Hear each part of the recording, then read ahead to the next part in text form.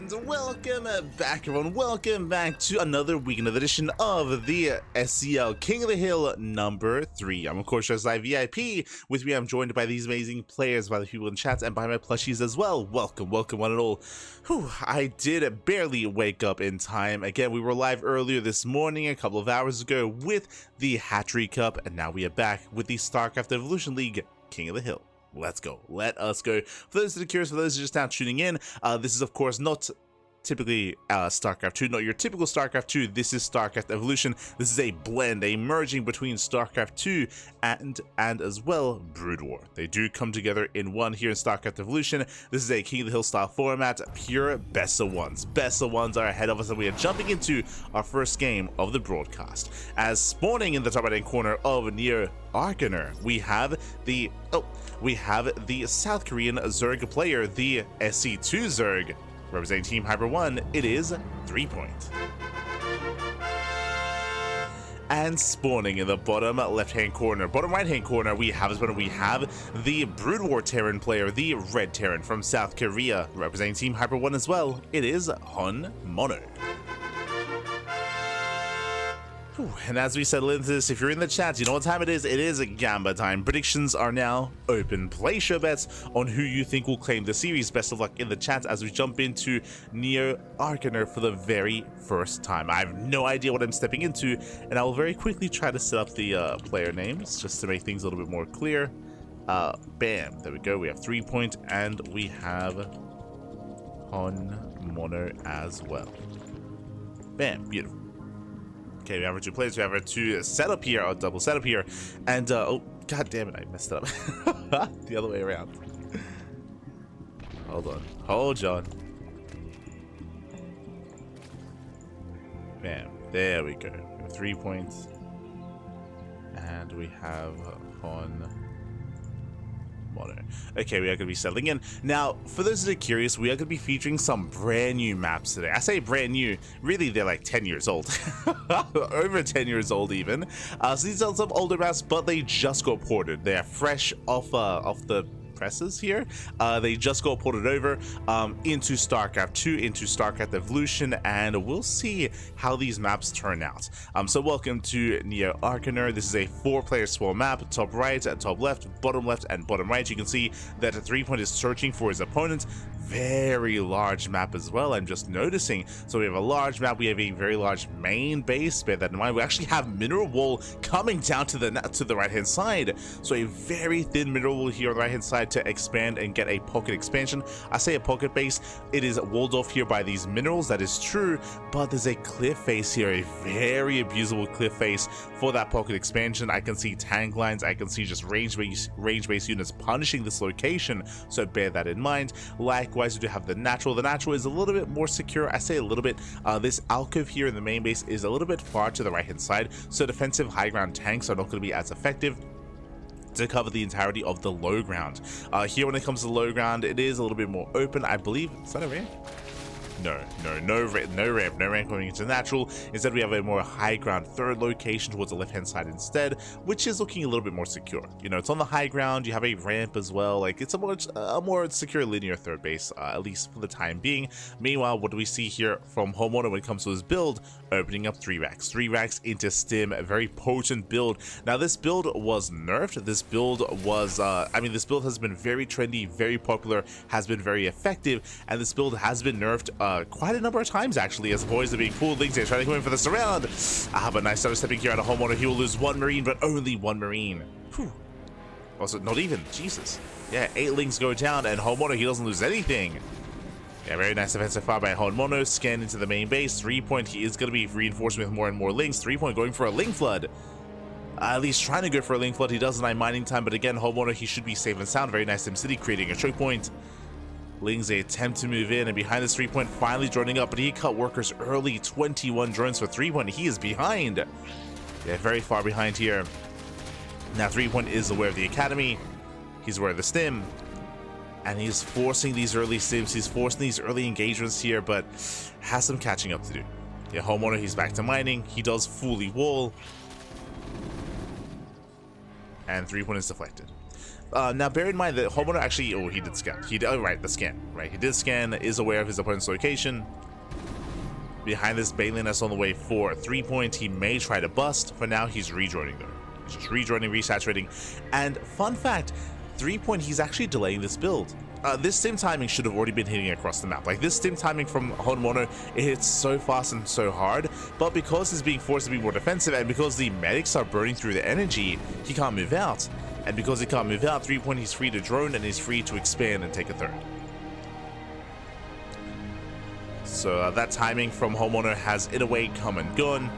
And now HonMonO is switching it up into mech. We have factories on the way. Initially, stim timing into mass mech. That is typically how things do go here in TBZ, or at least what we've seen so far when it comes to this build.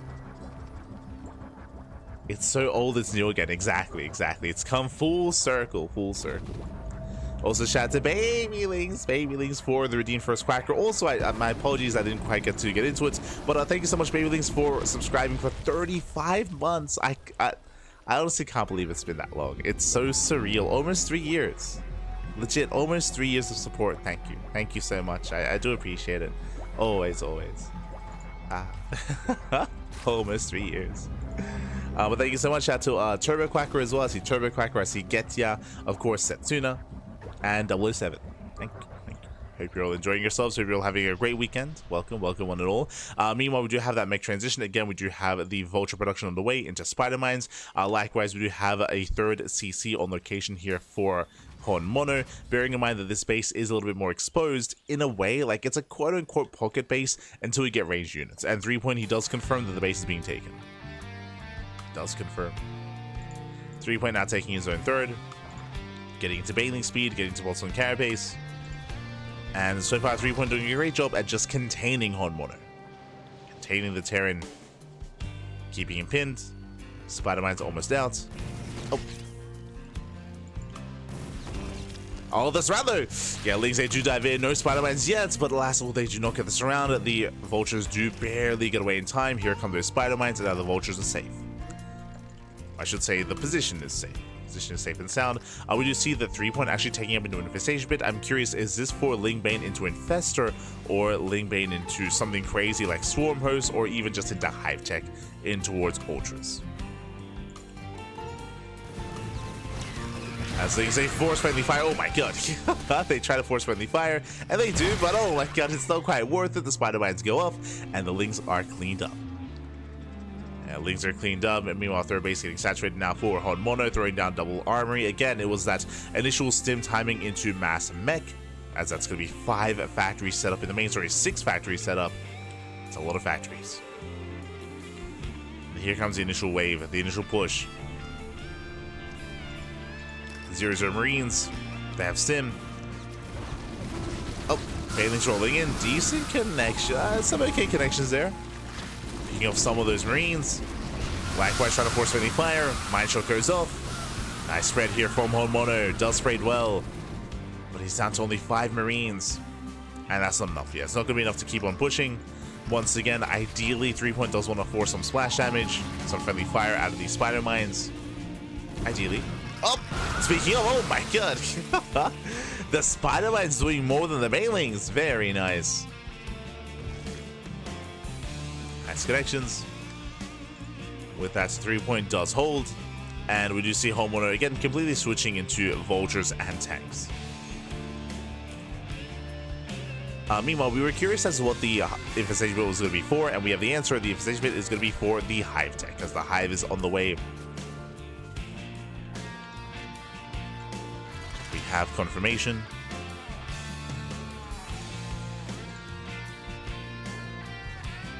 And that means this most likely is going to be for Ultra Tech, to be honest. Probably going to be Lingbane into Ultras, unless we see some other form of tech.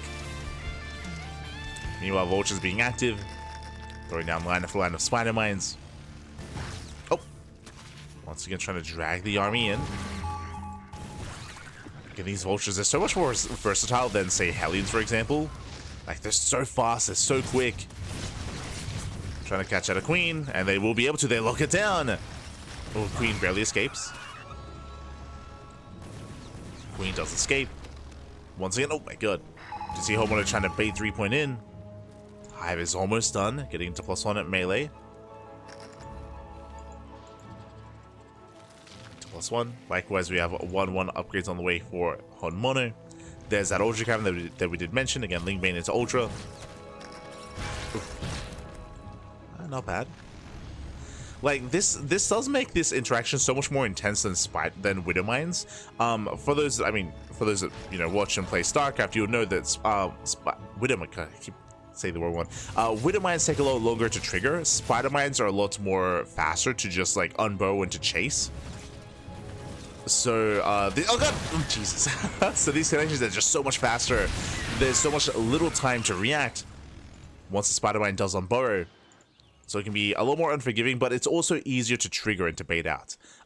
As when it comes to Widow Mines, you can like retarget. It takes a lot longer for the shot to actually go off, so you have more time to retarget and to for a new lock-on to be kind of claimed for a different lock-on. So it's a much more intense unit interaction, at least I feel. Which I'm not opposed to, I'll be honest. I'm not opposed to it. It allows for more friendly fire.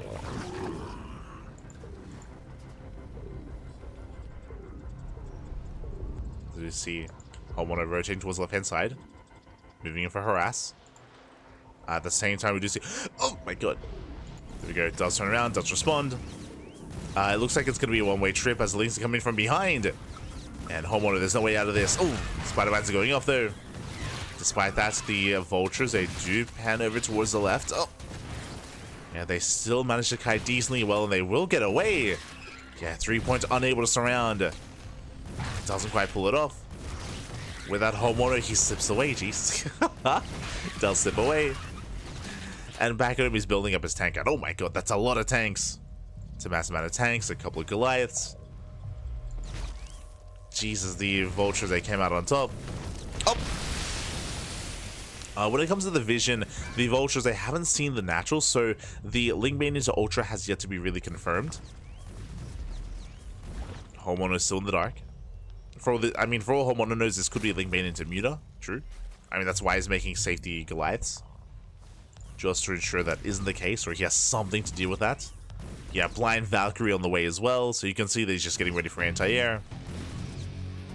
But the Ultras are about to reveal themselves. We even have a Nidus on the way. Interesting. Meanwhile, late reactions here from 3-point as these Vultures are getting a lot done. And finally, two of them going to be going down. Lings, they try to punish. Oh! See, there's that friendly fire. 2 more Vultures fall. At the same time, we did have a bit of a Ling run by here. 9 SCV kills, not bad. 9 SCVs. Likewise, the mass tank getting in position. That's a lot of tanks. When it comes to 3-points composition, going Lingbane Ultra is good. Lingbane Ultra Viper would be better. The reasoning for this, of course, as you can see, is these massive siege lines. Vipers will do so well. Yes, there is going to be anti-air, but Goliaths are most likely going to be in the back line. And likewise, there's only a couple of Valkyries as well, so there's plenty of potential. Meanwhile, Nidus does finish. Oh my god! And Nidus does complete. Ultras, they bust into the main. They're fighting with the Goliaths of all things. They can't trade well. At the same time, Lings, they do hit the 4th, and HonMonO is being pulled apart. Yeah, Ultras, they wreak havoc in the main. They catch out some free tanks here in the center. Tanks are unsieged. Who needs blinding clouds when the tanks, they just get caught like this? Ooh, and all the tanks are going down. And in one fell swoop, is that just game? I mean, the tanks, they race back into the main. SCVs, they try to escape. That's 14. Oh no, they're coming into another Ultra. No, not like this. Oh my god. Massive connections, massive swipes, 22 SCV kills, and 3-point. He will pull HonMonO apart. GG. Oh my. I do apologize. I mean, I assumed he was going to be tapping out there, but I mean, this is getting out of hand. It's getting out of hand. It's getting out of control. I'm sure Hyper One will translate. At least I hope he will. I don't know if we want him to translate as HonMonO. He's known for getting a little bit upset. Ah, no. Let's have a look. What happened?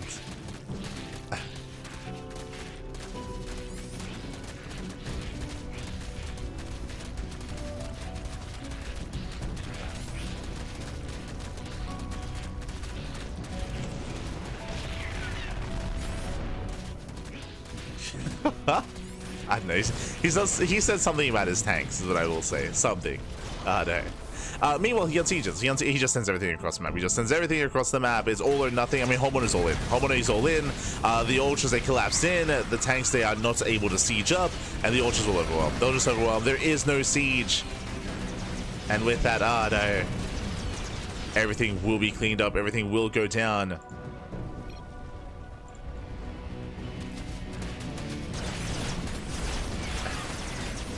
I'm opening up my gloves. Blame Hyper.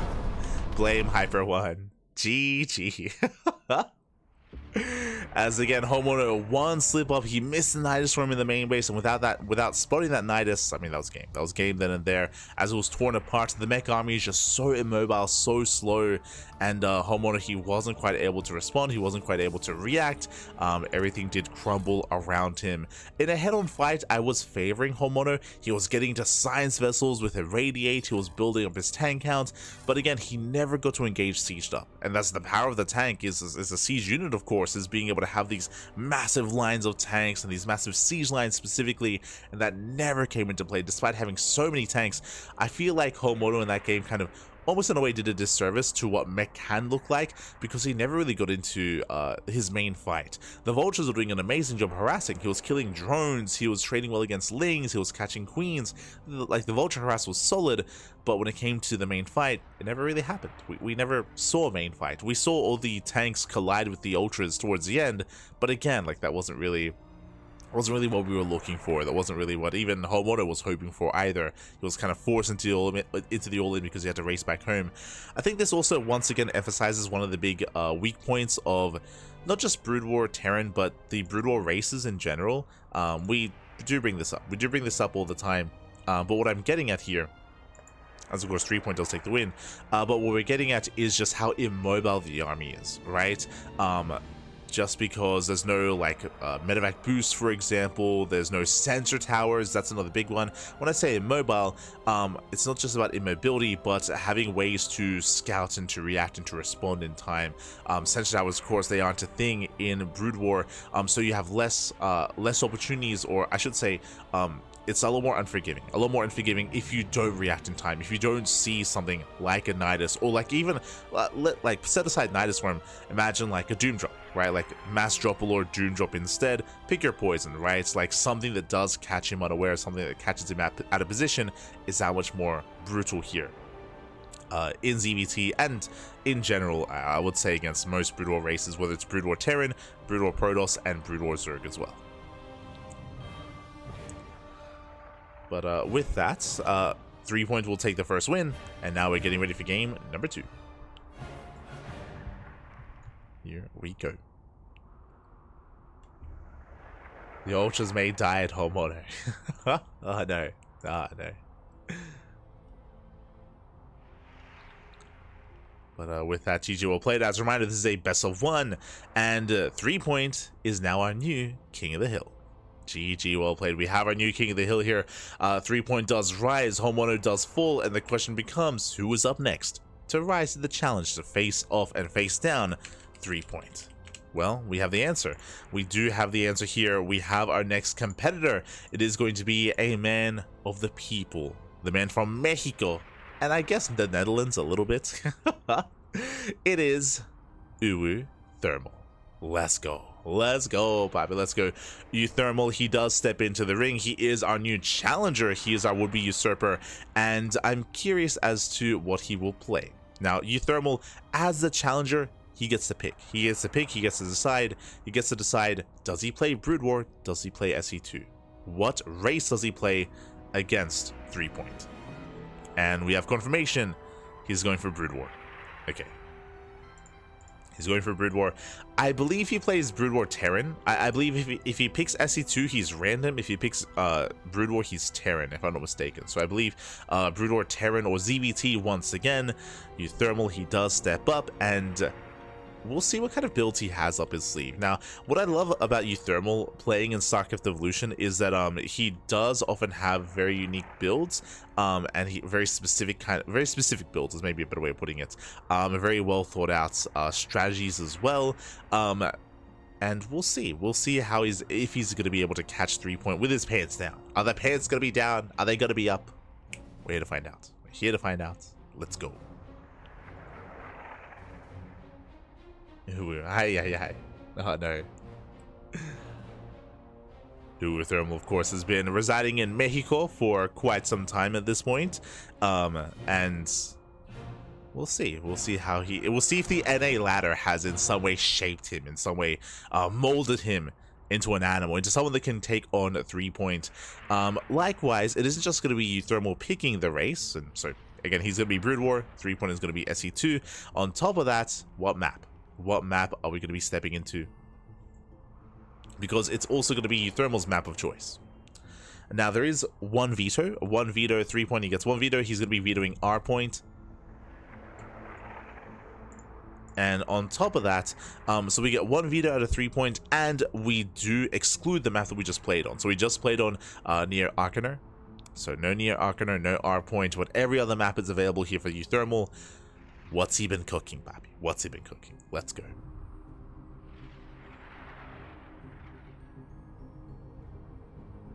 uThermal is one of the early developers of the early Rexton builds, at least formalizing it and talking about it. Oh, there you go. There you go. Yeah, again, like uThermal, he does often kind of explore things, and he puts a lot of thought into these builds, and you know, maybe they were more refined thereafter by some of the other players, but you know, uThermal, he was said pioneer, if you will. And we'll see as, oh, we do have another map being chosen. Right now, uThermal, he is asking about the maps. The reasoning why, if you're curious, is because, as I mentioned before, this tournament is going to be featuring new maps. New old maps, if you will. New ported maps from Brood War. They have yet to be really thrown into the online tournament scene and online tournament circuit. They're being tested here in StarCraft Evolution, in the King of the Hill. So we have our guinea pigs, and it looks like we have our answer here. Our next map is going to be Death Valley. Okay, I've never cast on Death Valley. Again, for the first time in King of the Hill, in the SEL, we have Death Valley.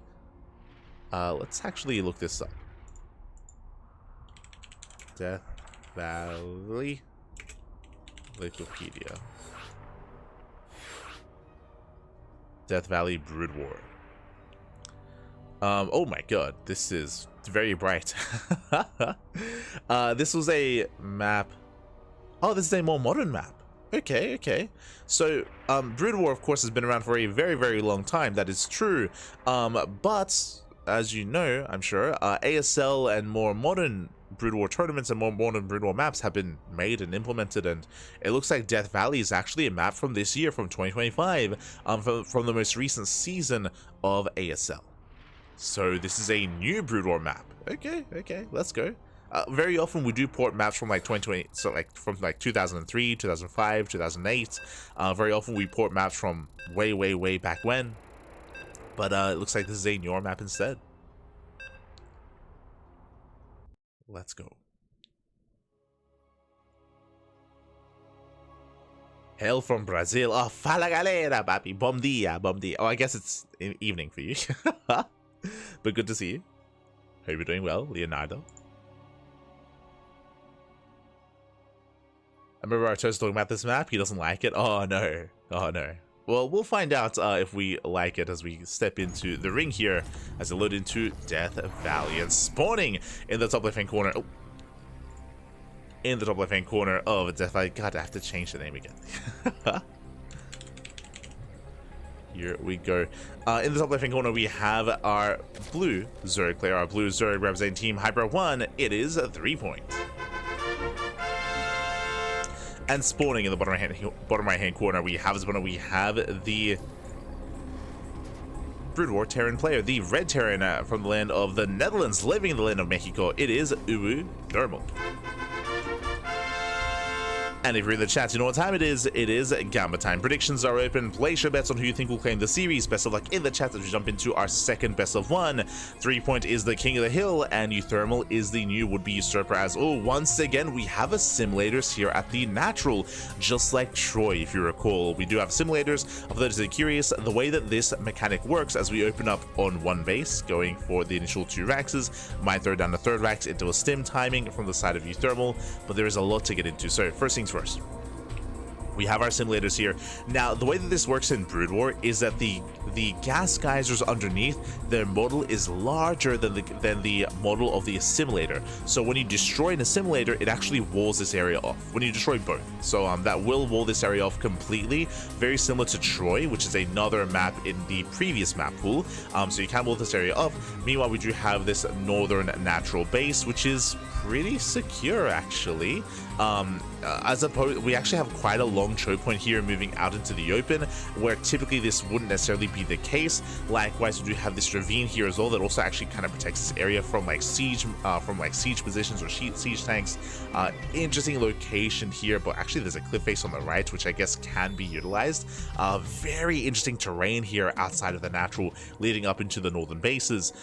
Meanwhile, this is, I believe, a 2-player spawn map, a very large map actually, very large map, very long rush distance by ground.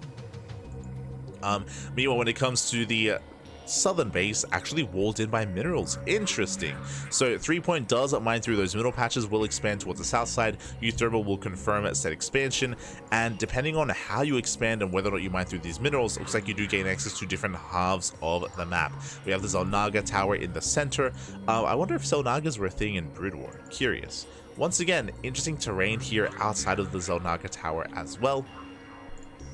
When it comes to our 3-base setup, we do have a bit of a more once again, what's with the terrain? We have like these little like outcroppings here. I'm curious what size units can actually fit on this, if any.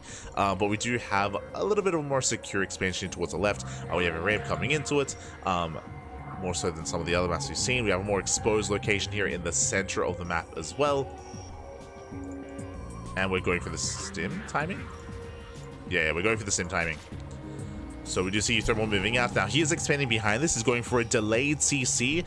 For now, going for a 2-rank stim. The army is spotted. 3-point, he does pull back. And behind this 3-point, he's massing up Lings. But the Ling production's still not really there. The Natural's quite far away. The Queens, they can't support. Queens out of position. Yeah, the Queens are out of position. The Bio army does get into the mineral line, and drones are going down. Yeah, the Queens, they do nothing. The Queens are still here stuck at the Natural. And is that game? We are busy looking at the map. But that's 11 drone kills. 11 workers go down. That is game-ending damage. The bunker is almost done. Bunker will not complete. But again, we had 3 Queens in total, and 2 of them were doing nothing here in the defense. And alas, Overlords are going down. 11 drone kills. Denied mining. We can even hit to the mineral line from the high ground. Ay, ay, ay. Yeah, we can barely hit it. Another drone goes down. Medics still full of energy. GG gets called, and that's going to be game. That's going to be game then and there. uThermal will be our new King of the Hill. GG. Ooh, GG, well played uThermal. He will pop off. Again, going for a very strong and very early stim timing, as opposed to your regular 3-vac stim timings on 2 bases. This was on 1 base. This is harder, or I should say this is more committed, this is more aggressive, this hits sooner, this hits harder. It's 2-rack stim on 1 base, and 3-point, unfortunately, maybe you could argue had the tools to defend. Again, he had 3 Queens, but again, 2 of them were at the Natural, they didn't respond, and likewise the Ling count just was not quite there for 3-point. In the end, he was overwhelmed, and uThermal is the new King of the Hill. GG. GG, well played. He is the new King of the Hill. He does rise to the top, and we'll see if he can be brought down. So far, no major win streaks from any of our players, but we have our new challenger already. It is going to be the Canadian player, the Canadian Terran player. Oh, it is going to be Greenert. Let's go. Let's go. We have a new challenger. Greenert, I should say, from Canada, has been playing a lot more StarCraft Evolution as of late, and he has chosen to play the Brood War Terran race. Let's go. Let us go. So I believe because uThermal is playing SE2, I believe he picks random. Usually he does play random if he's forced to play SE2, so we'll see if that is the case here for uThermal. Oh boy.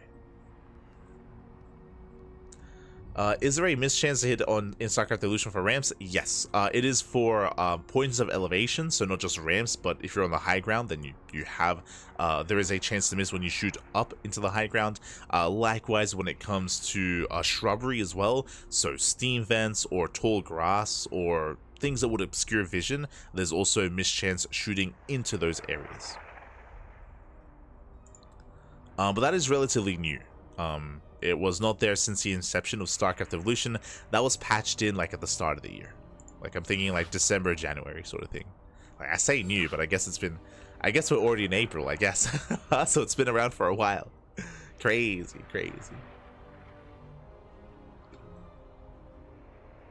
I don't recall Zonaga towers even in custom maps in Brood War. Yeah, I don't recall them either. That's why I found it interesting. Let me just zoom in here. Yeah, I'm looking at the original Brood War version, and yeah, there are no Zonaga towers. Yeah, no. So it looks like the Zonaga towers are an addition to StarCraft Evolution, which makes sense.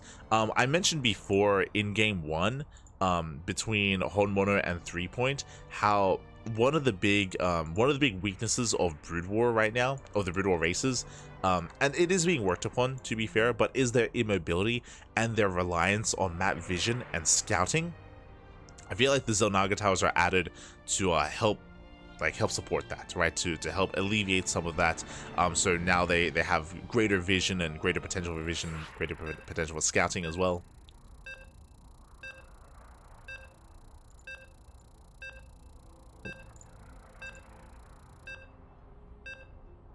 Meanwhile, we are jumping in, and it's actually a role reversal. Okay, uThermal is playing Terran, and Greenert, he is the one playing random.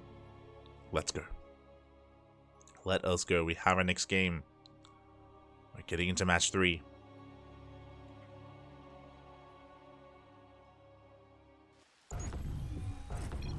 And we'll see if our current king can continue his reign. As spawning in the top right-hand corner of our point, we have the current king of the... Oh, got to change up all the names and change up all the colors.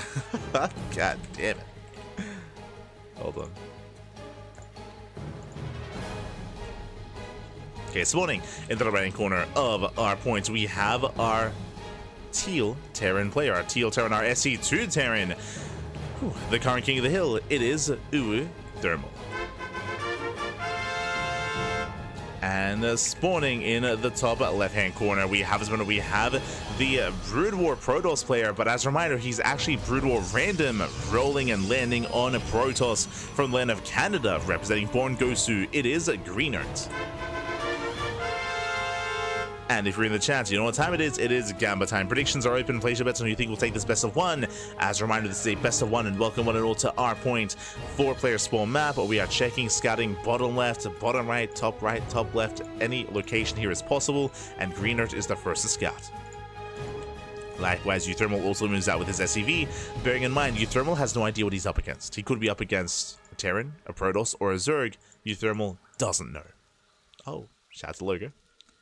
Shout out to the logo. As uThermal, he scouts diagonally across the map. Greenert scouts vertically, now moving towards bottom right. Both players will miss each other.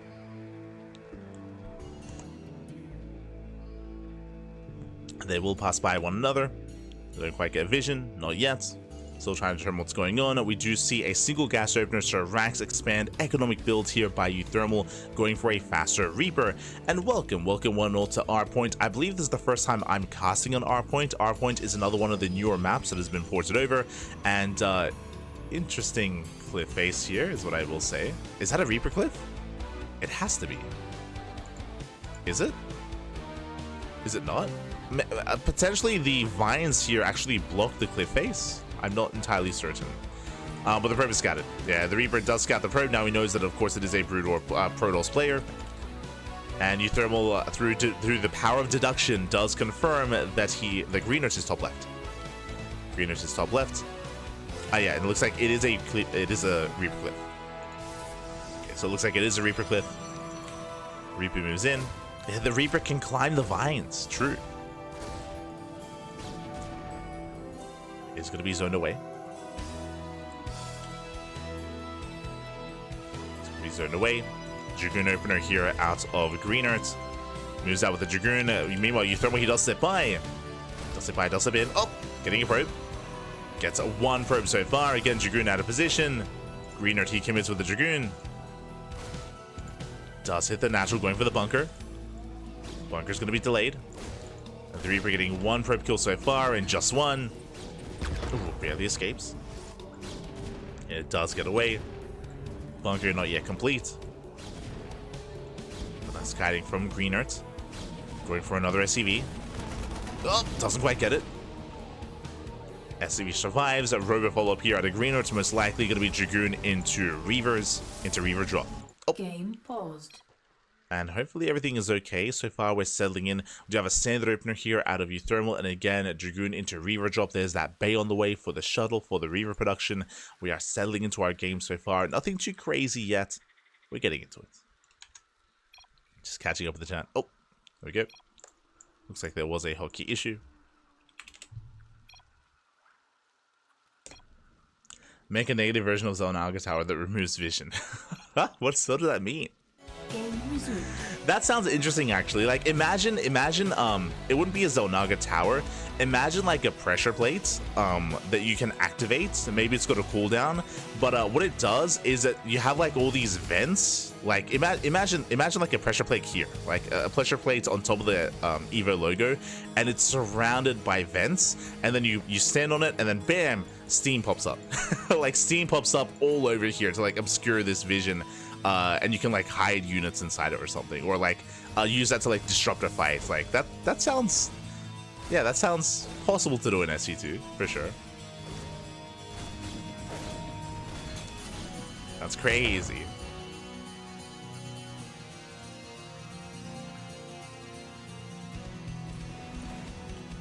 As Reaper does rotate, so far 4 probes. Oh my god, 4 probes go down. Rotating into the main base, and again, the Dragoons are having a hard time keeping up. Remember, there is no blink. Another probe goes down. Ay. Getting up to 4, getting to 5, getting it to 6 probe kills. Where are the Dragoons? Dragoons, they just now respond. 6 workers do fall. Greenert, he's rallied across the map.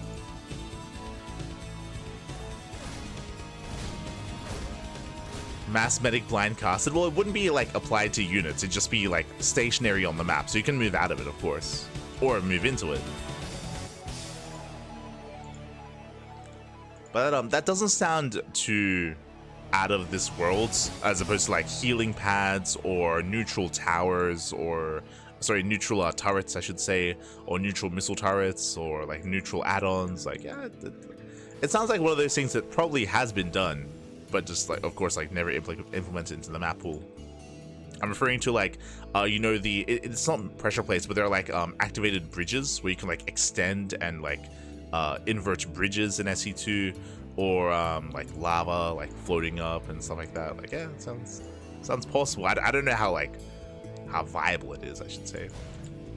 It actually reminds me, for those of you that remember, there were a couple of maps made a couple of years ago where they had I guess they were Steam events, but they had like graviton boosters, where what would happen is, I guess maybe Steam vent is maybe like an air vent is maybe a better way of putting it. But basically, there were these certain like locations, certain pads where if a unit, like say a zealot, would stand on it, they would be lifted into the air and they could attack air units. So you could like put zealots here, or put like zerglings, or like I'm thinking of other melee units. They go stand on the vent, that'd be lifted into the air, and of course, like if they leave that location, they go back to the ground. They could like attack, like, you know, I don't know, like phoenixes, or attack overlords or something like that. Like that's a thing that exists in SC2. Meanwhile, drop into the main, 5 SCV kills, not bad. Apologies, a little bit distracted. Likewise, Banshee harassing across map. Cloak is done, and do we have any detection? The answer is no. We have 0 detection here. The one Banshee is wreaking havoc. The Reaver drop moves out. Alas, all targeted on a Marine, and oh my god, shot goes off, but the Reaver goes down, and this Banshee is uncontested. So far, 20 probe kills. This one Banshee just popping off. Observer finally arrives. Second Banshee has made it in. 20 probes were not done. Getting to 21, almost 22. Almost 22 workers. As Banshees, they pull away, they get the hell out of here. And we're going Mass Banshee. We're going 2-port Banshee here as we are committing here into Hyperflight Rotors. Mass Banshee on the way. Just abusing the mobility here of the Banshees of these air units. uThermal, he will take his third base, moves out with his bio tank. And Greenert, he's in trouble. He's in trouble here. His economy is struggling. He's taken so many losses, down to 37 workers. And uThermal is moving in. He's moving in with everything he has. He's got how much? He's got 6 tanks, 3 Banshees, soon to be 5. We have a 3rd starport on the way, committing into just Mass Banshee. Reaver Drop comes in, and the Reaver Drop is doing some damage, but it doesn't matter. Doesn't matter, not anymore. Reaver Drop into the main. Main army's pushing forward. So far, Reaver Drop is denied. Oh, and the tank volleys are brutal here on those Dragoons. Yeah, the tank volleys are insane. Reaver doing what it can. Getting some workers, but we have defensive Banshees. Yeah, defensive Banshees back at home. Banshees across the map. And there's no dealing with this army. Like, there's no way for Greenert to engage without charge. Without storm. With pure Dragoon, like, how do you push into this? You don't. Or how you try and we fail here as, yeah, the army just crumbles. GG gets called. uThermal snowballs out of control, and uThermal, he will take down Greenert and maintain his position as the king of the hill. GG. GG. GG, well played, uThermal. He will claim the win. Again, Greenert, he went for a standard build going into Dragoon Reaver Drop, like that is standard. Unfortunately, he was up against something that wasn't standard. One, I mean, the initial Reaper Harass was amazing for uThermal, but the follow-up Starport Banshee was unscouted. It was unscouted, it was unseen, it got out of hand. Remember, 20 plus workers went down to the Banshee Harass. That was game-ending then and there. Unfortunately, it also made sure that the Dragoons were stuck at home. It made sure that Greenert, he couldn't be active with the Dragoons. They were stuck defensively, so he wasn't able to be active to slow down and engage with the army ahead of time. Ideally, as a Protoss player, you do want to engage and slow down the push and force the siege and pick off submarines, pick off a tank, but they were stuck at home. He saw nothing, and uThermal, he snowballed out of control. GG. GG, well played. With that, we are now getting ready for our next game. We're getting ready for our next setup here. Up next is going to be uThermal up against a Korean Protoss player.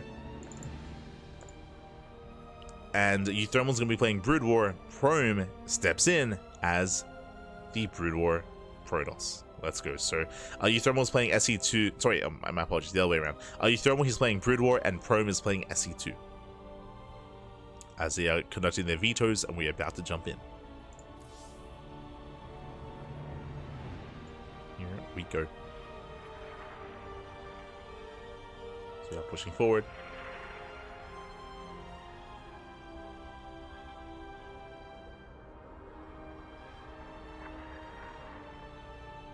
Interactive map mechanics sounds super interesting. I'm not sure how pro players would like it, but as a viewer, I think it would make the meta more interesting. I mean, that's what we're already getting, right? Like, for those that don't know, the upcoming TLMC 20 map pool did feature healing pads, like healing pads now being introduced for the first time into the ladder map pool. We already have like speed zones and slow zones and Zelnaga towers, like interactive mechanics have slowly been introduced into StarCraft 2 over years, but it's always been a slow introduction, right? Whether it's the speed and slow zones, like remember when the first speed zones were introduced? Like that was a big decisive, or that was a big deal when that happened. What was it on like Jagannatha or Death Aura? When that occurred, like when the slow zones got introduced as well, that was like a big deal. But usually there are like years in between this. It's been like a slow introduction to these sorts of like ideas. First it was only like destructible towers and rocks, then Zelnaga towers, then speed zones, slow zones, right? Goal bases. It was relatively recently that they introduced like high yield gases, right? Like high yield gas geysers, that was introduced years after high yield minerals were introduced, right? Like when it comes to the meta or StarCraft 2 meta, adopting these kind of ideas, it usually takes years for that to happen. It gets there eventually, but it did take a long time.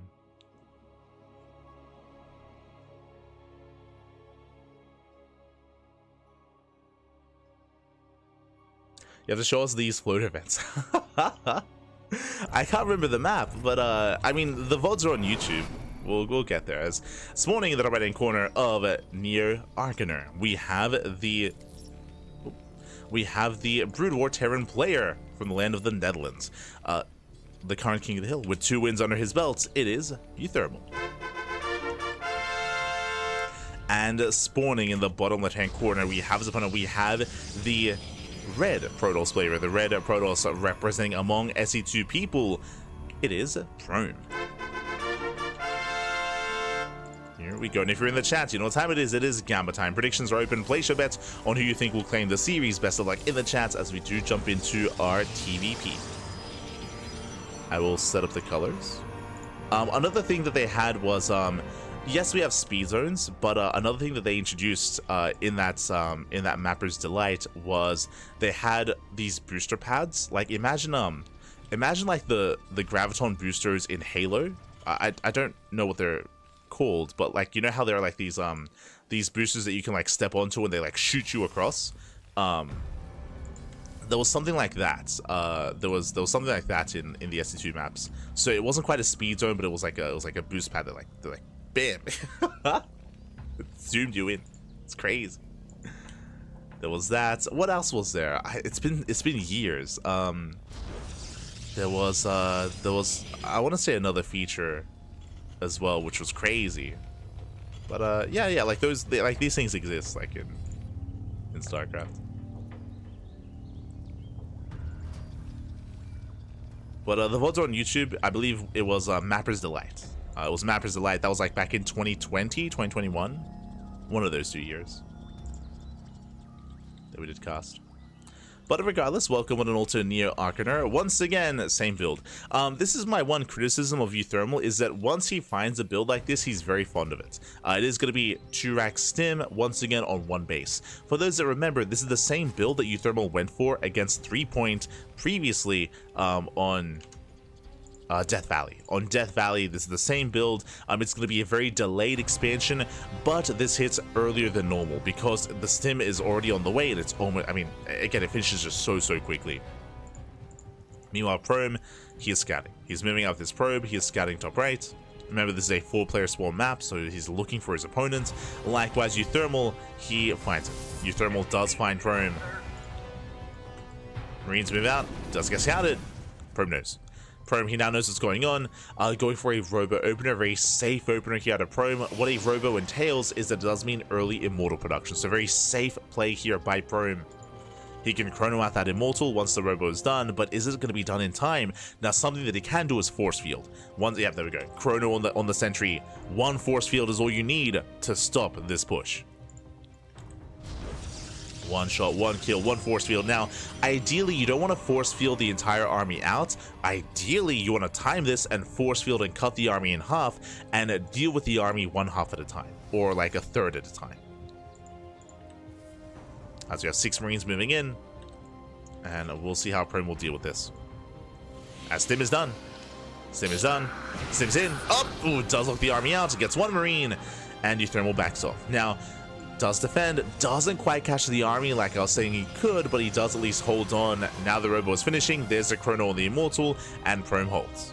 Prome, he holds on. If you recall, this very same push killed threepoint. It just straight up killed him. Now we have uThermal catching up, going for a CC on the low ground, and I would say that uThermal's in a bit of a rough position here. What happened so far? Well, we had early stim, early medics, big investment early on, and it doesn't really pay for itself. So far, it hasn't really achieved too much, and the command center is late now for uThermal, so he's falling behind economically. It's on uThermal to catch back up, and the transition is mech. So bio into mech here. We do not continue to invest into range upgrades for the Marines. Oh, uThermal, he can deny. Oh, he mines. He breaks through. Oh, he does break through. The boy's being pulled away. We just see Prome out of position. He does rotate in time, though. Yeah, he rotates just in time. He does have not a force field, a Guardian Shield instead. 1 Stalker goes down. Sentry as well. Whew, but good reactions out of Prome. Very good reactions. Is this 5 minerals? It's 5. That's crazy. No shot. So typically mineral walls like this, they're typically a little bit sturdier, a little bit beefier, but I didn't even notice these are 5 minerals. You can very easily mine through this. Okay. So one SCV was all he needed. Meanwhile, nice defense here on top of the ramp. Does trade well, takes down 2 stalkers. Bleeds out 2 medics. But that's crazy. Jesus. At this point, I mean, is there much purpose in this gold patch if the gold patch is literally the same as the mineral patch? I mean, outside of, I guess, only a worker can fit through, but still. That's crazy. That's crazy. Like, there may as well not be a wall, to be honest. Like, if it only takes 1 worker. Ay, ay, ay. No shot that's only 1 mineral patch in Brood War. Jesus.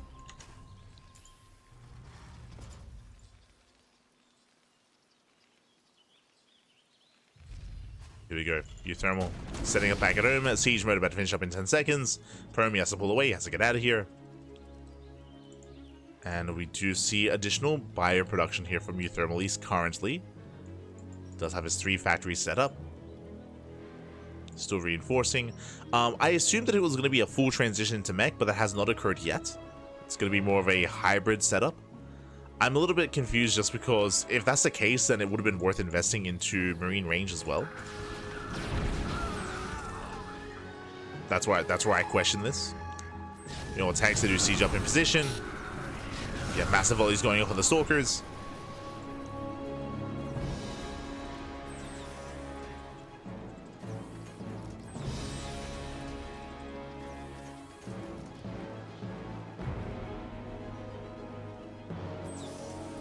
As we do see uThermal, he does a siege up here in the center. Does hold the line at the same time. He peels off a couple of units, going for the main base.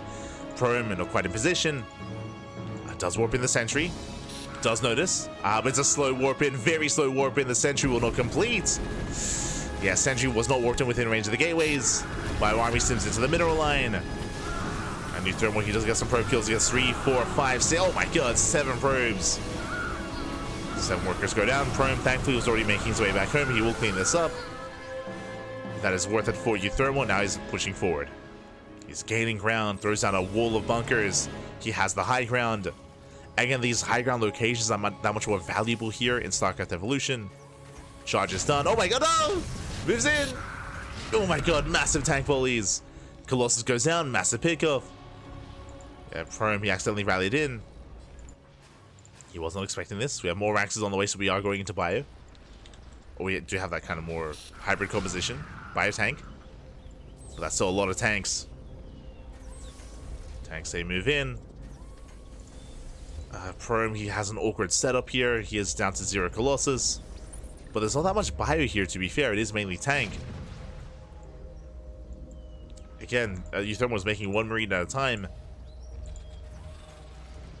Doesn't have the best economy. But the tank line is still looking terrifying.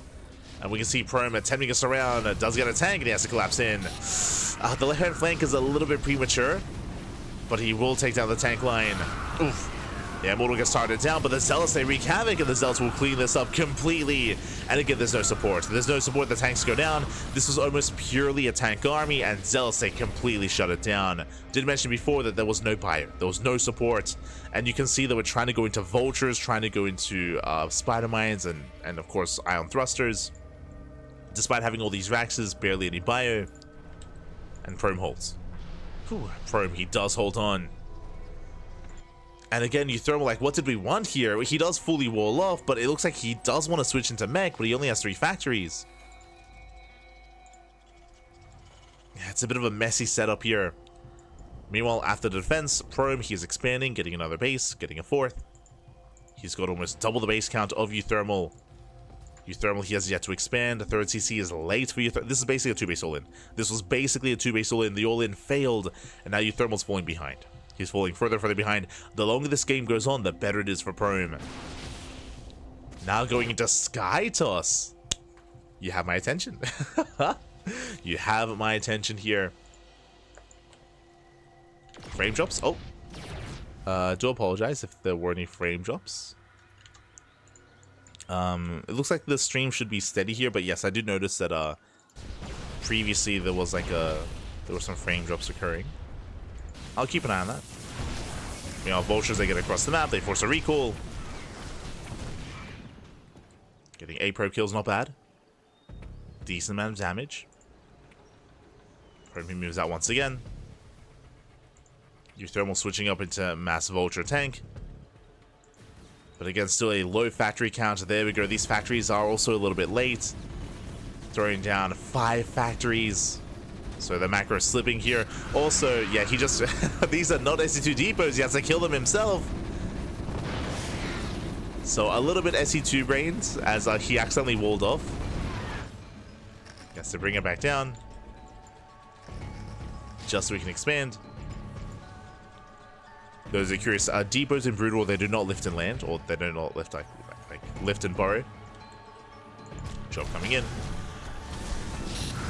Going for a massive warp in as well.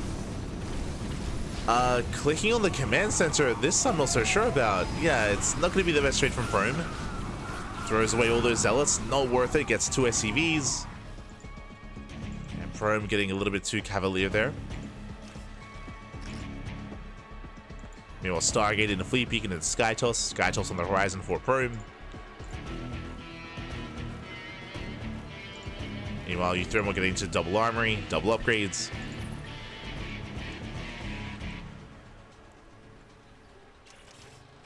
Seems okay. Looks like yeah.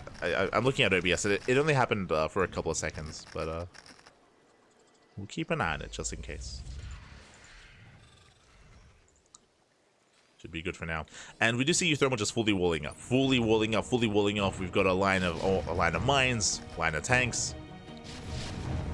See Prome baiting out those spider mines. We have Mass Goliath now on the way for uThermal. 5th base for Prome. Prome, he's just taking over the map. But I would like to see like 2 more Stargates and Tempest production from Prome. As uThermal, he breaks out. Yeah, massive run by. So I'll say charge in. Prome, he will lose this Archon and Immortal. Vultures, they do get past the natural. They get past into the main. And Vultures, they bust in. The mineral line is going to go down. There's no saving this. Was the recall? Yeah, where is the recall? As we get 14 probe kills. Prome, he races back home.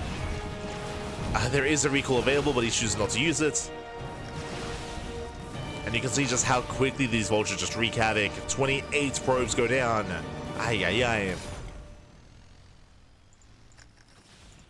And they're not done. They're gonna kill everything. All it takes, mate, just give uThermal 10 Vultures. 10 Vultures in a dream. Prome here extends, trying to push into that mineral line. Again, I don't think the win condition, I don't think the goal here should be for Prome to push in. It should just be to contain. And so far, he's failing to do so. 44 probe kills. Ay. The economy has been crippled. And Prome, he's not taking up. He has the Fleet Beacon just for the mothership, but he's not going into Sky Toss. He's sticking with the ground army instead. Vultures, they slip out once again.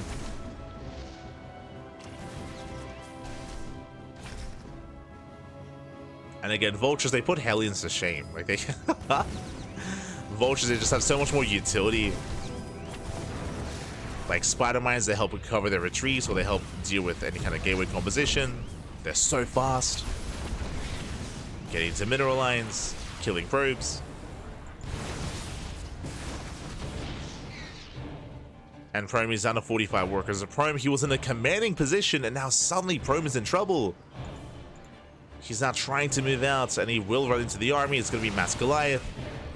I mean, Goliaths are pretty good, even against ground. Again, they only recently got nerfed. Only recently. I mean, I say like a couple of weeks ago. Oh! As a prison, has to be careful. Yeah, Mass Tank is moving out. uThermal, he's back in this game. He's broken out and gotten a 4th. Again, Prome was in a commanding position, but not anymore. Not anymore. As we do see uThermal out of position instead. Okay. Gets a tank. Now, Prome, he still has recall available, so he can always recall back home if need be. But Spider Mines, they buy time. They protect the natural. uThermal rotates. That's a massive amount of tanks. Once again, Vultures, they get into mineral lines. 311 probe kills.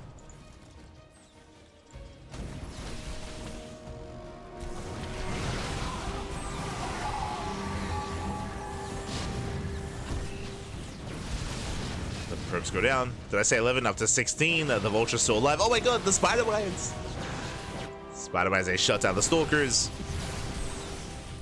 And this gateway army here from Prome is just not scaling well. It's just not scaling well here against what he's up against. Against the mass tank Goliath. As long as uThermal fights within range. Does need those tanks.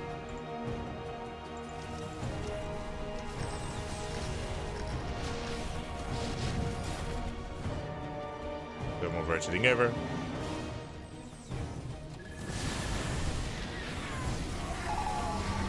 See Prome moving in, does go for the slow zone on the tanks. Oh god, the concave here over the glass are brutal, and with that Prome he's gonna crumble. He will lose everything. Again, fighting within tank fire. He just cannot do that. Cannot pull that off. Thermal, he stutter steps in. He's going for the kill. He's going for the kill. After an intense back and forth, after Prome having and maintaining map control and having a greater economy, what brought him down? This, the vulture run-bys, and they continue the vultures, they just do not stop. Oh my god, the tank boys are brutal. GG gets called, the army melts, and uThermal, he will take down Prome and maintain himself as the king of the hill. GG.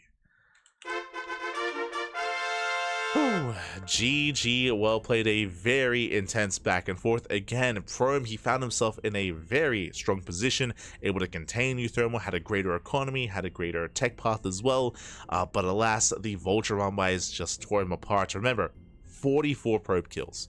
One vulture run-by got 44 worker kills. It was insane how much damage those vultures dealt. I do apologize if I didn't emphasize that as much, but it was 10 vultures. I think it was like 7 towards the main base and 3 towards the fourth, and 44 probes went down. It was crazy just how much economic damage was dealt, and that was the moment that it wasn't just that, it was of course that also forced Prome to race all the way back home, and it allowed uThermal to finally take a fourth base, to expand, get a fourth base.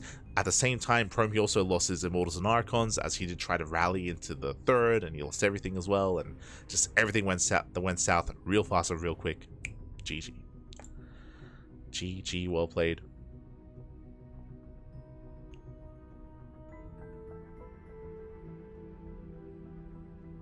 Here we go.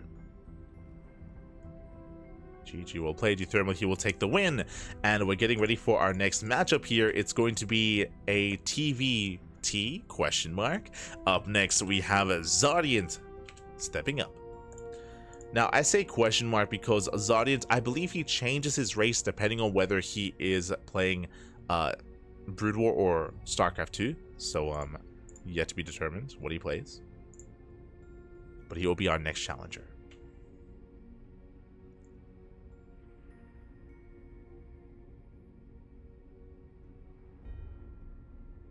Here we go.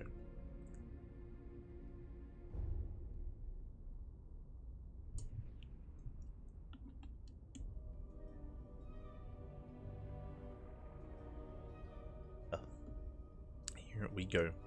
I think Probe moved to Stormgate. Probe, he moved to IRL commitments. Like I think he did play a little bit of Stormgate, but like I don't think Probe has too much intentions to commit into like pro play. He's I think he graduated. and yeah, he's just moving on with his career. But shout out to Probe.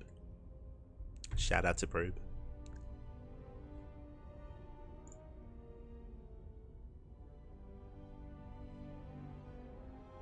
Here we go.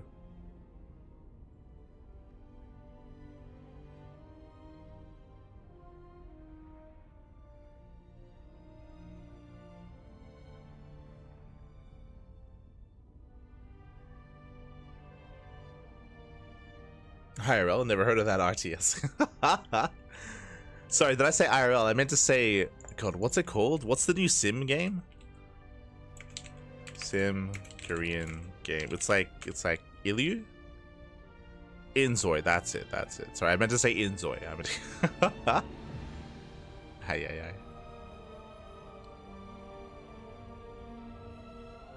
Now you understand.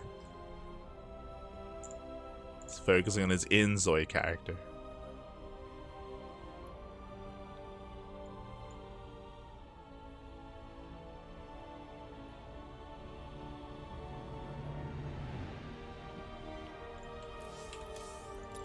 There we go. We're going to be hopping over. Looks like our players that were just discussing this server we're going to be playing on. Envoy, yeah, Inzo, yeah.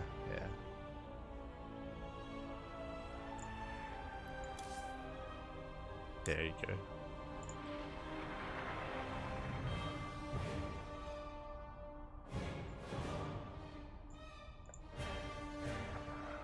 But actually, you know what? Let me just. Someone was asking about the maps, so I'll find it for you.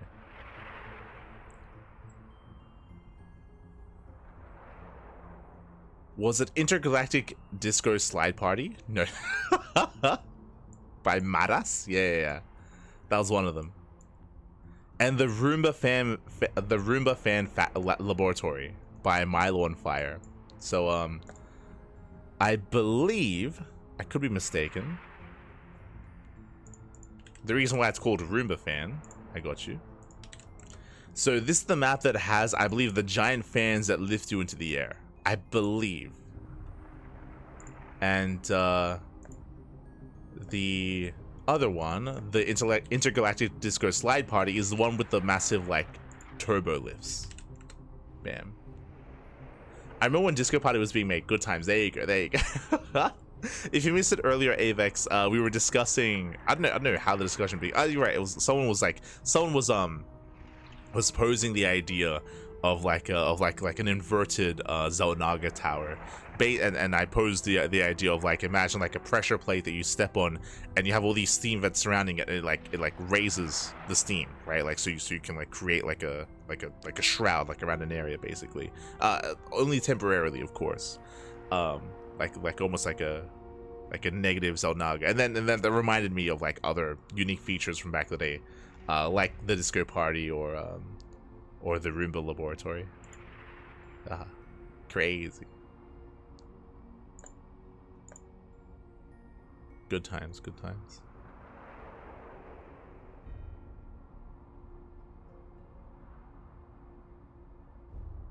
Yeah, this was back in 2001. Sorry, 2001. 2021. 2021.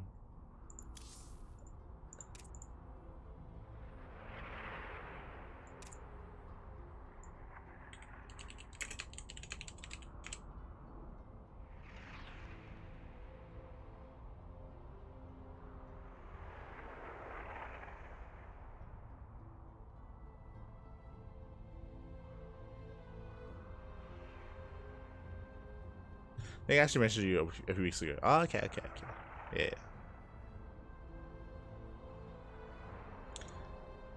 There's a chance there'll be no more official patches, community patch incoming. There's a chance. I mean, I'm still hopeful that we might get one patch before EWC, before the Esports World Cup. I'm hopeful that we can maybe like get one patch and an updated map pool before that event, but we'll see. We shall see. I think it's pure speculation. I don't think there's like necessarily anything strong leading one way or the other. Obviously, ESL did say that they were no longer going to be able to support like regular updates or regular patches.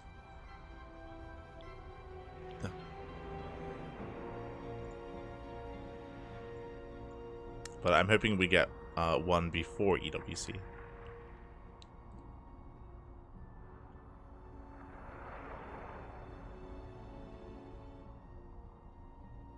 As looks like we have our map. We have our setup. Looks like we're going to be loading into Blue Storm. Let's go. Blue Storm is coming up next.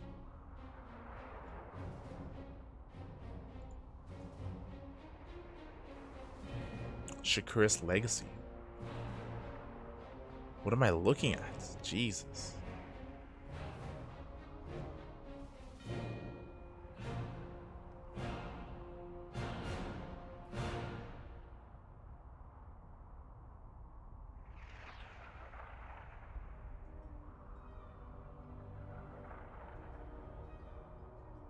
But yeah, there were a bunch of these maps that I never got to cast on. I only casted a couple of them.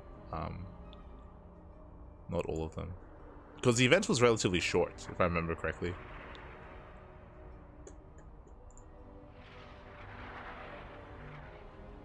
It's a shorter event.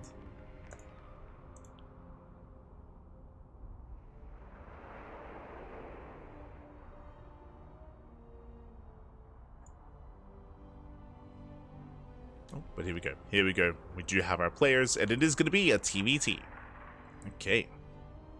So Terran versus Terran. Again, we are halfway through the broadcast. It's going to be 10 best of ones in total, and we are now in our 5th match. Now in our 5th match.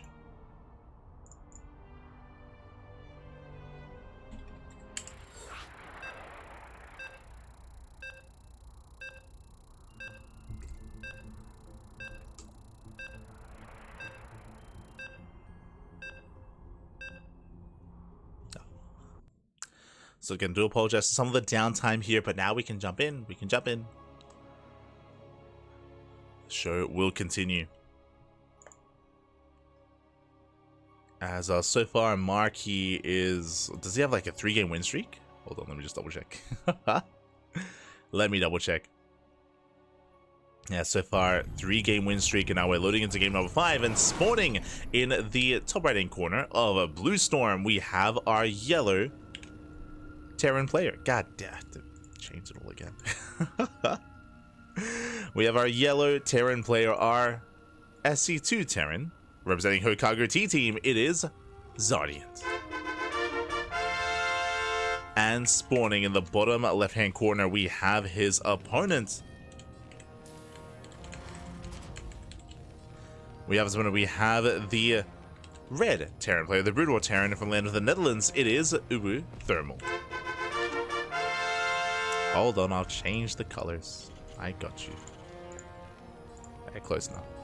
And and if you're in the chats, predictions are open. Play show bets on who you think will take the series. Best of luck in the chat. Of course, uThermal is going to be he's going for the same build. Again, the same build in every single matchup. We saw this opener against Protoss, against Prome, which was not as successful. We saw this against threepoint, and now we're seeing this against ZaRDieNT as well. This is going to be 1 base, 2 rack stim. 2 rack stim here from uThermal, going for a very delayed natural expansion. Meanwhile, ZaRDieNT back at home, going for a double gas opener. Safe start here from ZaRDieNT. Let's go. It is going for a safe start with this faster factory, faster Hellion production as well. And we'll see if Mark can get much done with this. I'll be honest, I don't see this being too successful, especially up against a high Hellion count. Against a high Reaper Hellion count, I do see ZaRDieNT overwhelming this, but we'll see. As uThermal, he does move out with his SCV Scout. And of course, welcome one and all to Blue Storm. The nostalgia is real on this one. For me, I should say, personally. Fond memories of this. We do see uThermal attempting a scout. Looks like he hasn't experienced this map before. Look. It does rotate back over towards the natural. Meanwhile, initially, Reaper Hellion is on the way. Stim is under production here for uThermal as well. Oh, does keep his SCV hidden. Does keep it back. And of course, one of the big features of this map is, one, you can knock down these towers here outside of the natural, but also the entrance to the natural is very narrow choke point here at the natural base. Very difficult to break through. SCV goes down, does confirm the double gas, does confirm the delayed TC, and uThermal, does he commit? He will. Yeah, he still moves out. Again, it's going to be that 2x timing, delayed TC by uThermal, does move out across the map. And he is about to run into those Reapers. Who shoots first? Oh. Yeah, ZaRDieNT is scouting, he's checking. He, did get eyes on the Marines. Yeah, he's aware. Trying to slow it down. Ideally trying to force out a stim. Yeah, just buying time, building up more Reapers, building up more Hellions.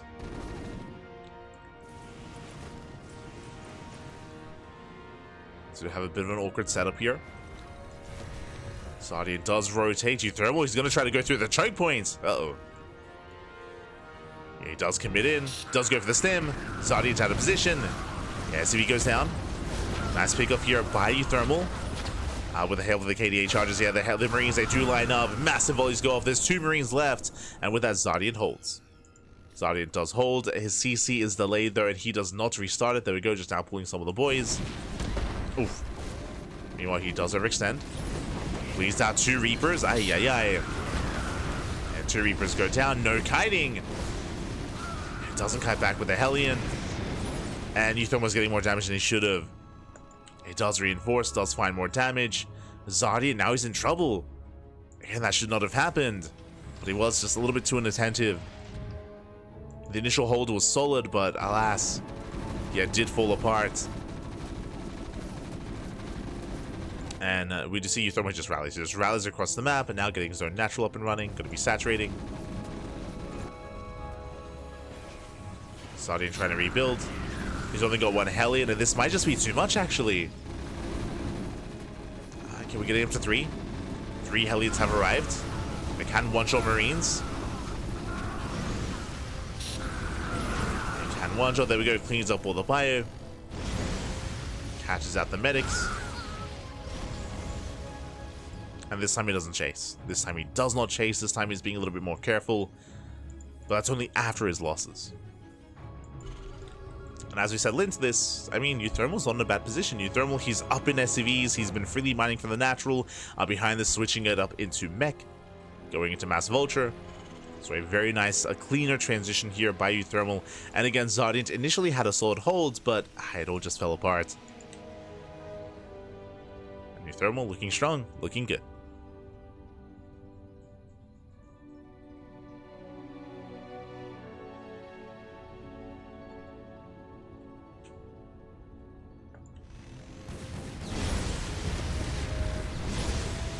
So far, Hellions, they catch out the Vultures. They get 1, not bad. They get 1, they get 2. And Vultures did line up, and with that, the Hellions, they will clean up all the Vultures. Whew, just barely. It's going to be Battle Mech versus a Brood War Mech. Let's go. Cyclones coming in. They get the lock on. And the Cyclones will shut this down. Oh my god, his lock on gets broken. The Vultures, they're so fast. They're speedy boys. The Mind Shot. Nice splits. Yeah, very nice splits out of uThermal. He avoids the mines. Very nice control.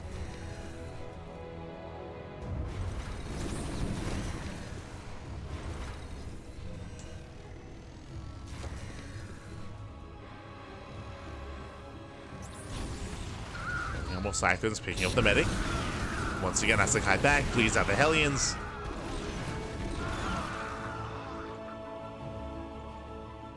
Class now online. I'm really concerned here with ZaRDieNT just because his overall his army size is quite low. He keeps leading out more Hellions, more Cyclones. Speaking of, another Cyclone does go down. Catch out the Vultures though. Nice kiting. Nice control. Getting his 3rd. Whew. Okay, we're settling down. Now we can just calm things down. ZaRDieNT, he maintains map control. He gets his 3rd base. He's getting into the rest of his production. We're getting into a 5 factory setup. Meanwhile, across the map, uThermal, what do we have to work with here? Going into Vulture tank production, but did bleed out all those Vultures. Ooh, and his CC's on location. Can he hold on to it? He cannot. Barely is delayed. Nice Spider-Mine. Spider-Man goes off. ZaRDieNT, he wants the tank. Oh my god, takes out the tank. Siege mode finally done.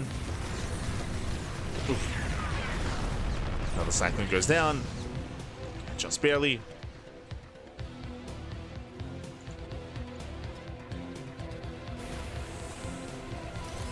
From here, uThermal, he is holding. Building on more tanks, getting in position.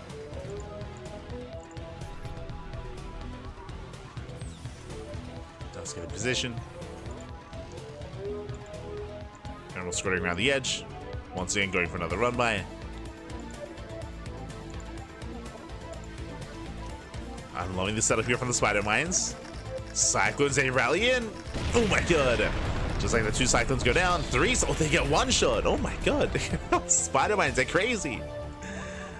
3 Cyclones full. Once again. Oh, he misses the scan. Oh my god. Oh no! Kites back into the spider mines. The minefield is brutal. And uThermal does shut him down.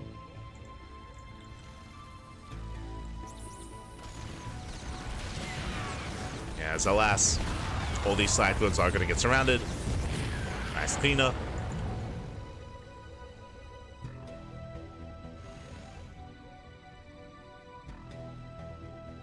uThermal now overwhelming. Oh! Pushing forward with those tanks. Toss me forward. We just see uThermal kind of zoning the BattleMech army away. He's making his way into the natural. ZaRDieNT, does he counterattack? Does he commit? Oh, catching out the vultures. Yeah, this is a risky maneuver here. The vultures are going to go down. It's going to be a one-way trip. Nice scan, cleans up all the mines, and every vulture is going to fall. Yeah, this was not the play here for uThermal. Does take down 8 SCVs. Denies mining. He will maintain this position. Not bad. Oh, no. Okay, the SCV doesn't trigger the mines. Bear that in mind. I'm hoping that ZaRDieNT is aware.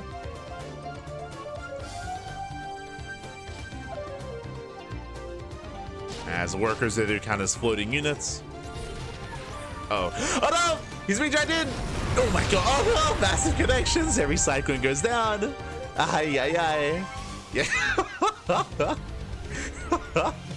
It's like, mate. Oh, he doesn't know! He doesn't know! Workers don't trigger! Not like this! GG. GG, well played. Terran is broken, pap. Yo, my god, as uThermal, he will come out on top in the TBT. uThermal, he will take the win. GG, well played. To quickly go over it as well, for those that are curious, workers, they count as floating units. They count as units technically hovering above the ground, so workers do not trigger spider mines. Units like workers, air units, of course. I believe Reapers, actually. I think Reapers also count as floating units, so Reapers also don't trigger those spider mines. They're ground sensitive, if you will. I think they don't trigger on other vultures in like Vulture versus Vulture, for example, as vultures also count as hovering or as floating. And GG, well played. With that, uThermal does claim the win. Does it claim the win? Reapers, Archons, yeah, there you go, there you go. Reapers, Archons, there are a couple of key units that count as floating that you can try to use to clear out these minefields, for example, or that I should say that you can't use to bait out mines. As you saw, it did seem like ZaRDieNT was trying to bait out those spider mines with the SCV, and he was hoping that maybe because the SCV was safe, there were no spider mines there, so he just blindly went in and took the mines to the face. GG.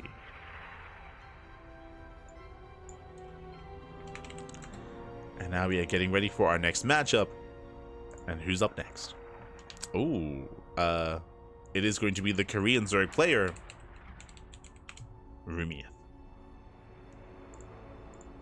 Okay. So up next is going to be a ZVT. Rumeith does step up to the plate. Here we go.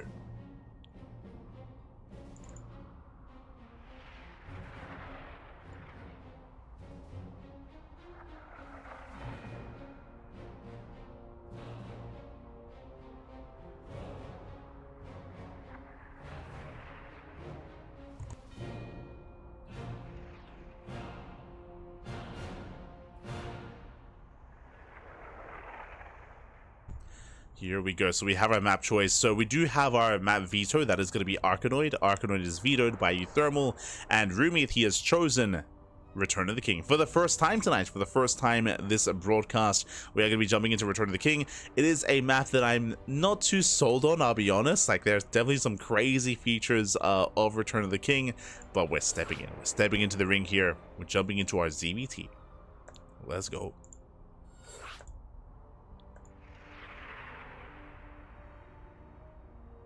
We go.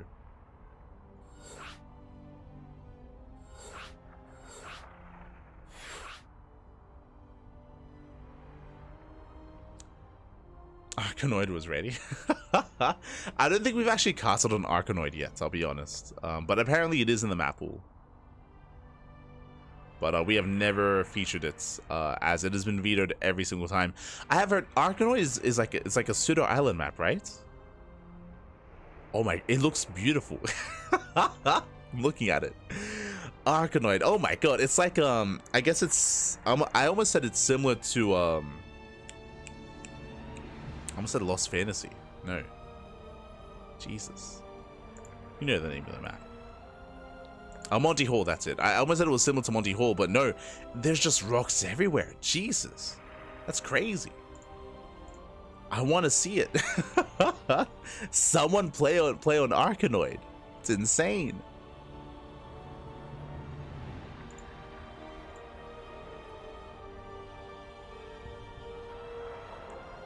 It was popular in teams. Ah, I see, I see.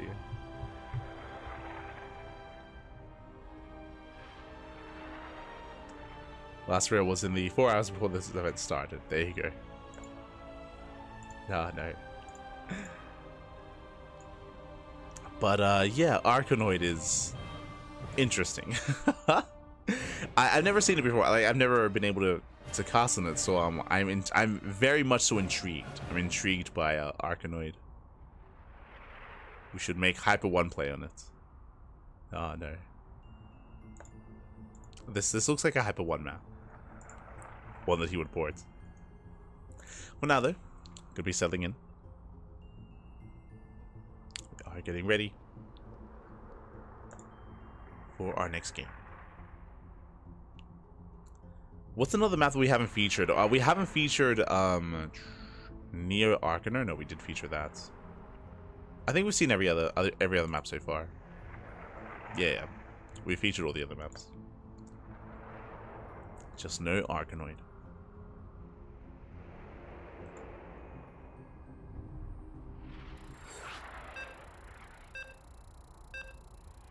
Here we go. You can hear the beeps. You can hear the countdown. It's time for some Lord of the Rings. Oh, let's go. We're going to Middle Earth. We're going back to 2003. Let's go.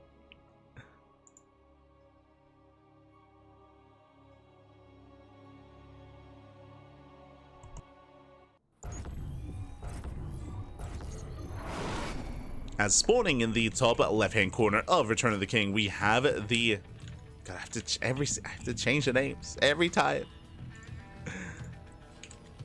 We have the current King of the Hill. We have the red Terran player, the red Broodor Terran.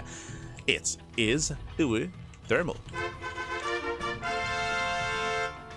And spawning in the... Oh. Spawning in the bottom right-hand corner, we have his opponent. We have the South Green Zerg player, the Blue Zerg, representing among SC2 people, the SC2 Zerg. It is Rumeith. Here we go, and welcome one and all to Return of the King, the end of the trilogy, the end of an era, and the end of the last real Lord of the Rings movie. Smudge. As we do load into a 4-player spawn map. We have bottom right, we have the top right, top left, and bottom left. We have 4-player spawn locations. On top of that, we have a little island as well available to us as a potential 3rd or even 4th expansion. We have our natural base, which is a little bit more secure, which is a little bit more standard, a little bit. But what is crazy to me, and I bring this up every single time, is the triangular 3rd base is covered by these cliff faces, and we have seen many a player attempt and fail and struggle to maintain this position because of just how abusable some of these locations are. Meanwhile, same build. Actually, different variation. I was gonna say same build, 2 racks into stim, but this time uThermal expands, so a different variation. This time uThermal, it looks like a racks in, sorry, it looks like even CC first into 2 more racks, so a more economic variation of this build. I do appreciate it. This may lead into a 3rd racks into stim, or maybe still just 2 racks stim. As we do see a move out, SV is checking top right, Overlord also checks top right as well. Both confirm no one is in position. They are looking for each other. They're searching. Also, before I forget, of course, if you're in the chat, it's Gamma time. It is Gamma time. Predictions are open. Place your bets on who you think will claim the series. Best of luck. Smurge, you mean smack? That true. That they pronounce it like smouch, right? In the movies, was that meant to be smog? They pronounce it smouge. Gee, Jesus, I forgot about that. That's a deep cut. God.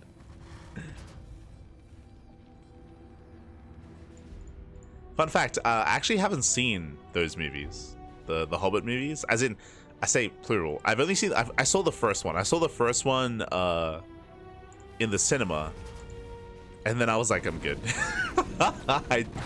I've never seen the second or the third one. I read the book though, like back in the day. I mean, everyone did. It's like a school thing. Everyone read The Hobbit.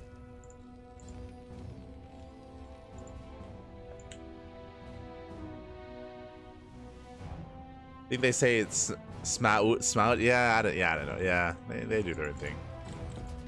Aye.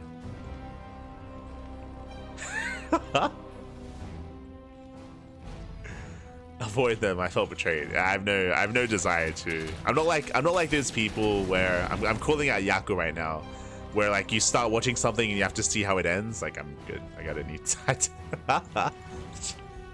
I'd rather cast some Stark. I'd rather cast some Stark after, you know, cast on Return of the King.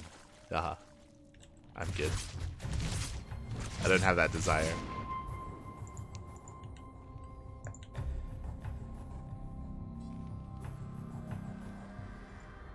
As we do have our initial move out. Now, this is going to be a more delayed push. It is going to be 3-Rex Marine with Stim. As uThermal does make his way across the map, Link counterattack does catch a couple of reinforcements, but uThermal, he will commit. Meanwhile, back at home, we do have a Roach defense setup here from Rumeith. So early Roach warrant a more defensive setup, and with said Roaches, he should be safe, he should be sound. But what about the third base? Again, that third is so isolated from the natural, it's so exposed, and uThermal, he's going for that hatchery. Yeah, the hatchery's under fire. Roaches, they try to respond. The base taking a lot of hits, and I believe the expansion is going to go down. Yeah, that's going to be a kill. That's going to be a kill. No cancel. Massive pickoff. As we mentioned at the start of the game, we've seen many a player attempt and fail to defend this location. uThermal starter steps in, takes out 1, 2, 3, 4 Roaches. Every Roach is going to go down, and Rumeith, he gets punished for attempting to save that expansion. With that, he gets caught off of creep. Another queen goes down as well. Insane pickoffs, insane trades. And uThermal takes a lead. Does take a lead, kills a base, picks off how many? Picks off 5 Roaches, 20 Lings, a Queen for 8 Marines. For 8 Marines and a Medic. And here comes the second wave. Here comes a second push here from uThermal. And once again, Rumeith, he gets caught down the open. He has to get out of here. Like, what? Get out of here, Pappy.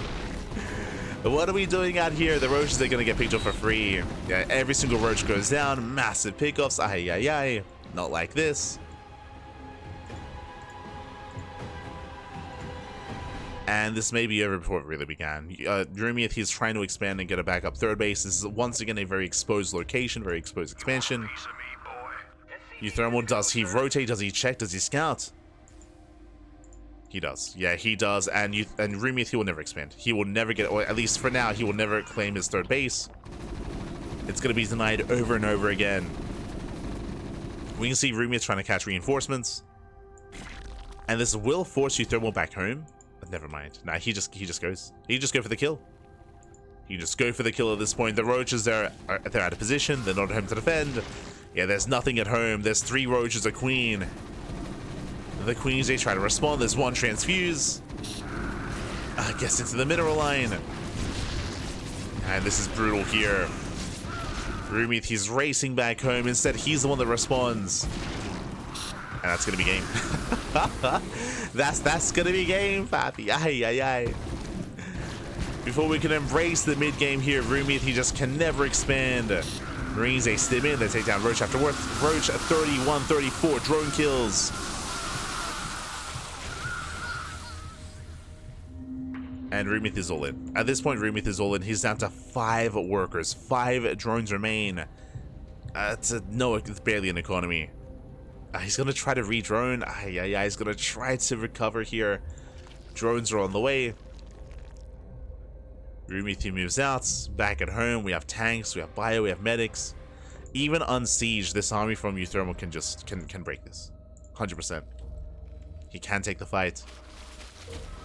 Siege finishing up in 10 seconds. And uThermal, he can just fight this head on. He sims in. There's nothing to fear. Oh, the Bile. Bile does connect with one Marine, just the one. And that's all the Rumeith had left. That's all he had left. And GG gets called. And uThermal, he will snowball out of control. He will take game number 5. He will claim another win. GG. Whew. GG, well played. Again, unfortunately, Rumeith, he was baited into trying to save the third base. The third base was so isolated, so exposed. So with uThermal's first move out, he didn't just kill the expansion, he also caught the roaches off creep. He caught them off creep, he caught a queen off creep as well, and we saw Rumeith attempt to counterattack, and he also lost an extra 4 roaches in the center of the map as well. Just, again, unfortunately, he was caught exposed, he was caught out of position, he was bullied, he was punished for it, and he never recovered. He never got he was never able to establish his third base, never able to stabilize even on 2 bases either. GG. GG, well played. The punish was real, and with that, we are getting into our next game. uThermal, he's on a massive...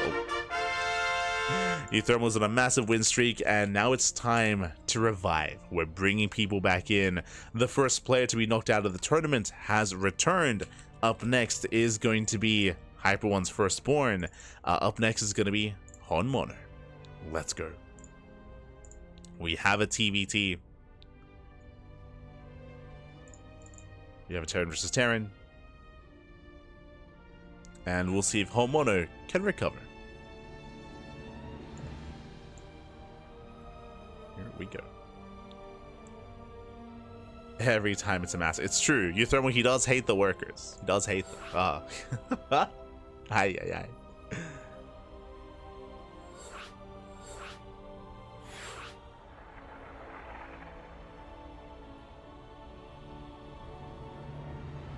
Book is like 100. Yeah. The Hobbit is a very short book.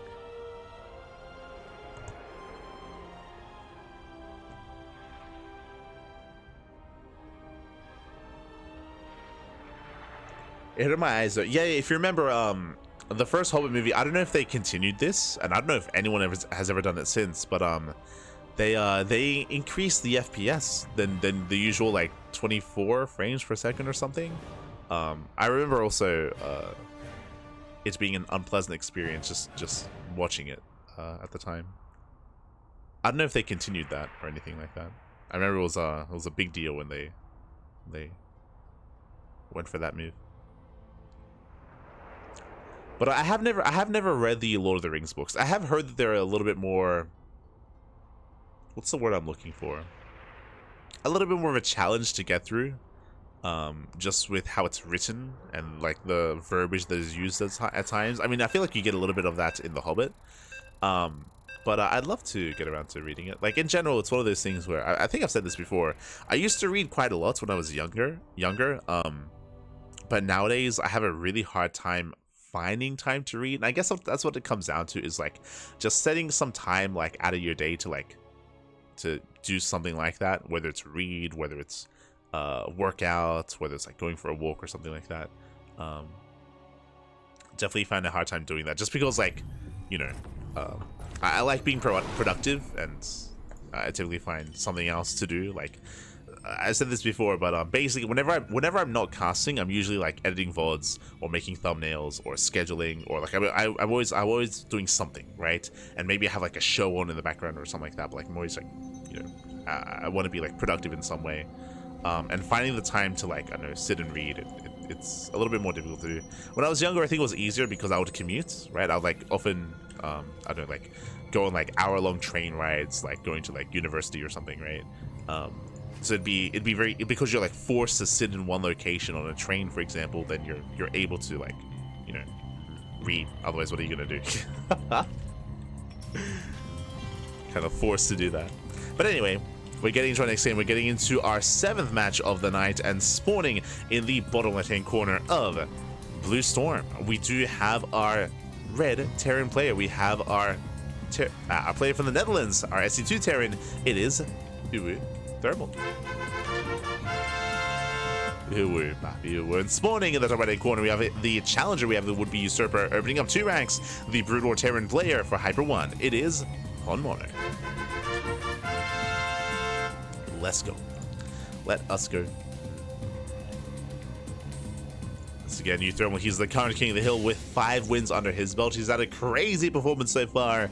Can anyone stop this man? Can anyone bring him down? Well, if anyone could, it would be this one here. As HonMonO, he's going for the same build, going 2-rack stim. So 2-rack stim out of HonMonO, going for the same build that we have seen time and time again from uThermal. The roles have been reversed. The turns have tabled. uThermal, how does he approach this? I mean, I do like the idea of double gas opener into a faster Hellion, into Hellion Reaper. We saw this from ZaRDieNT, if you remember, on this very map, especially because of the choke point here. I do favor the defender. I do think that ZaRDieNT, he had a little bit of lapse when it came to unit control and unit micro. If you remember, after defending against the first wave, he did overextend and he lost Reapers early on, he lost Hellions early on, and he lost momentum. So I do think that was a bit of a slip up from ZaRDieNT, but overall the initial idea, the initial defense was solid. So once we can build up a decent Hellion count, then these stim timings and these bio move-outs can be dealt with quite well.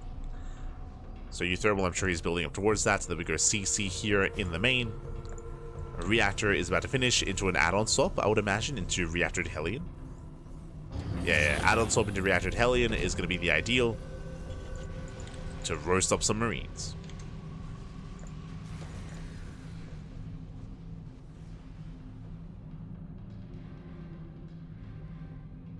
Here we go.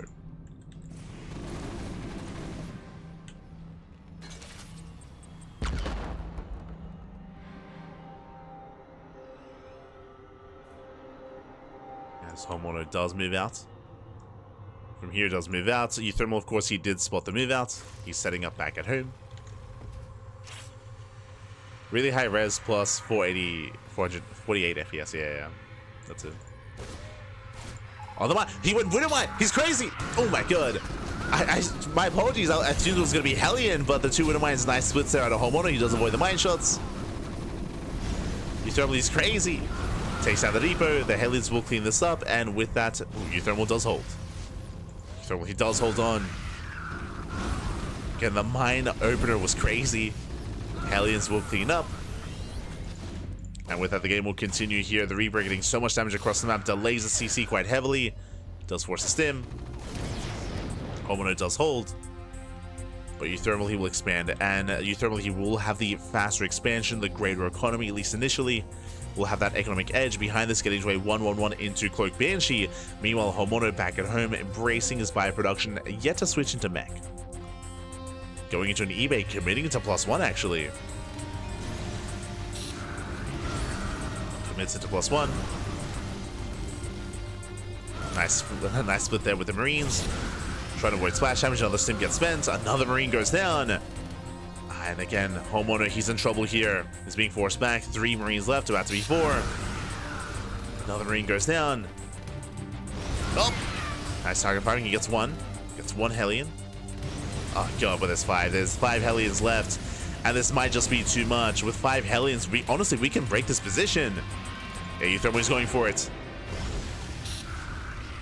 Oof. Again, when that 1 Hellion is weakened, does get targeted down. But the Marines, they line up. 2 more Marines fall. Boys are being pulled out. Boys are being pulled into a choke point. Brutal Hellion shots. And with pure Hellion, uThermal, he is overwhelming. And he's also showing how to deal with this build as well, at least in TVT. Which we also kind of mentioned, at least when it came to the initial defense from ZaRDieNT. Looked like he was onto something. The SCVs are falling, mining is being denied. HonMonO is stuck on 0, that's just no economy, no income. Oh my god. SCVs have to be so careful.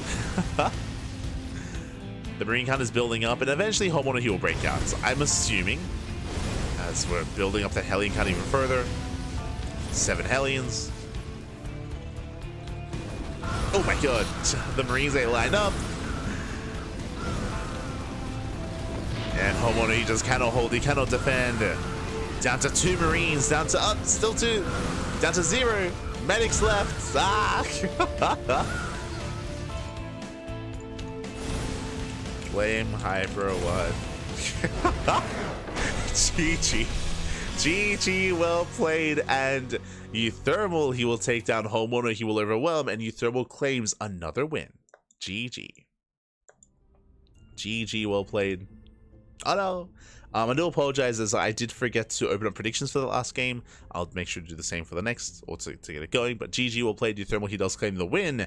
And uThermal, the win streak continues here. Oh my god, 6 wins in a row. Can anyone stop him? Can anyone bring him down? I believe it's time to revive another player. I believe it is time. Who is left? Who is left? I believe we have 2 matches remaining. Could be mistaken.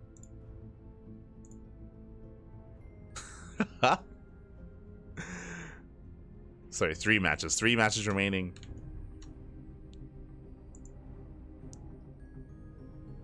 And yes, we have our next player. It is going to be uThermal versus threepoint.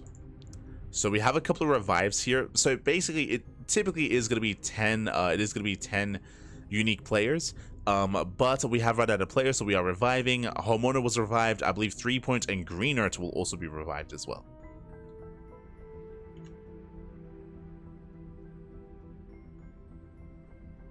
If he's available. If threepoint is available.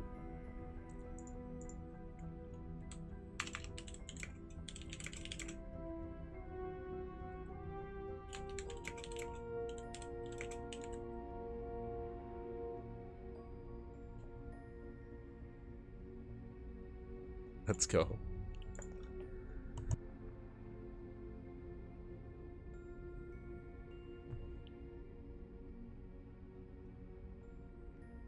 uThermal could stay to his own medicine. I mean, kind of. I mean, again, as you saw, this was almost like ZaRDieNT's response, but to the extreme. And again, uThermal, he was very attentive when it came to his kiting, when it came to his control. Mass Hellion can overwhelm these stim-based openers and these stim-based timings. And we saw uThermal completely shut HonMonO down. Very well done. Very well done. Very well played. GG. GG.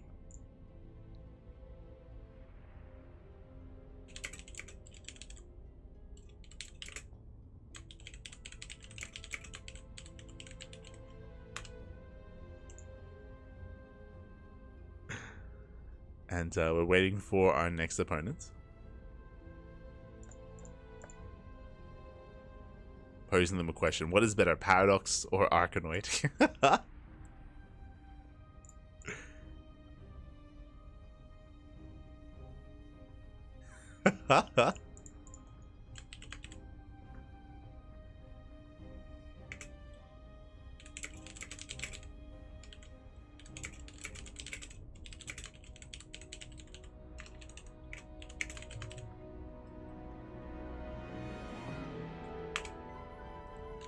So you're surprising DMs. Oh no.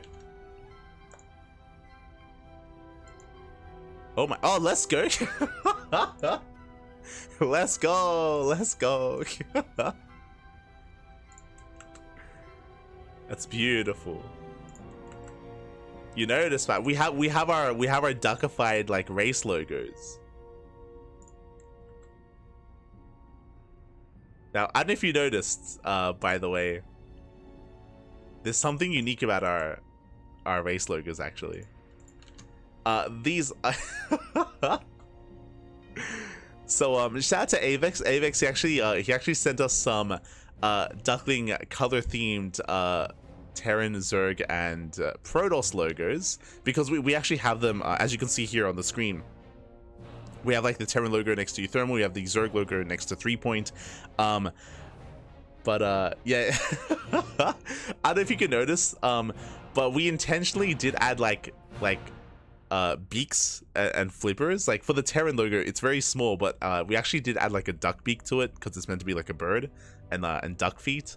For the Zerg logo, we actually added a duck beak as well to make it look kind of like a swan sort of thing. And for the Protoss logo as well, we added like a little there are little duck beaks to them. Let's go. It's small, so it's hard to see, but yes, they're duckified.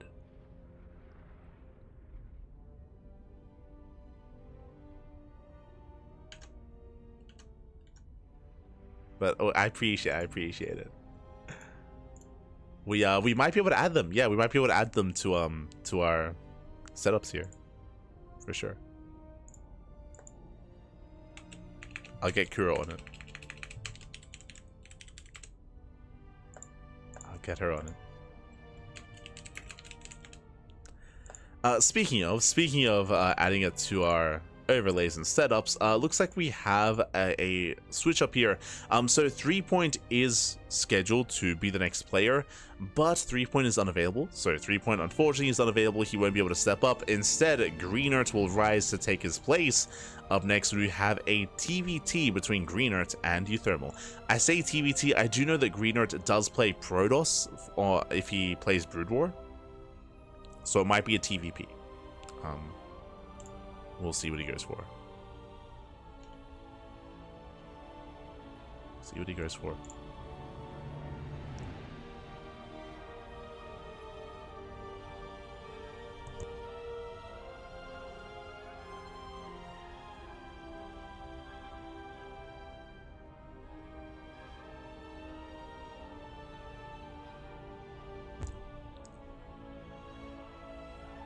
There we go. As we are going to be loading into our point. Our point is up next.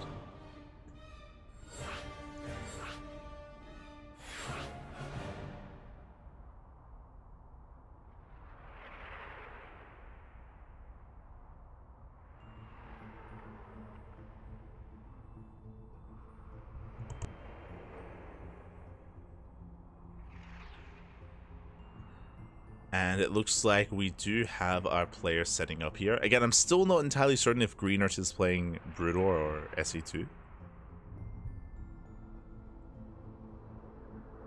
Greenert, he's playing SE2. Okay, good. Greenert, he's playing SE2.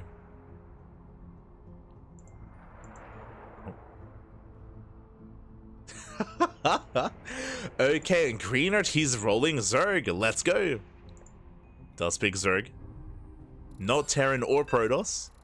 I'm sure he's got some builds ready. I'm sure he's got an all-in ready for us. You don't suddenly switch to Zerg out of nowhere to play macro. No. I'm feeling a Roach all-in or a Bane bust. It's got to be one of the two. It has to be. Bane bust or Roach all-in. Let's go. Show us what you got. How do you feel about the map so far?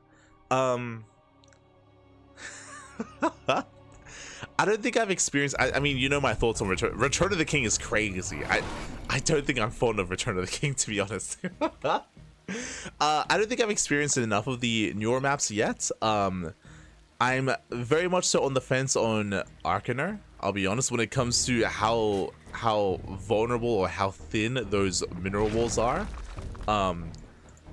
I like Blue Storm, but I'm biased. I do like Blue Storm. There we go. Spawning in the bottom right hand corner of our point, we have the Canadian, now Zerg player. The Canadian Zerg player, oh, representing Born Gosu, it is Greenert. And spawning in the top right hand corner, we have his opponents. We have the Brood War Terran from the land of the Netherlands, the current king of the hill. It is uThermal. With 6 wins under his belt. Crazy, Bobby, crazy.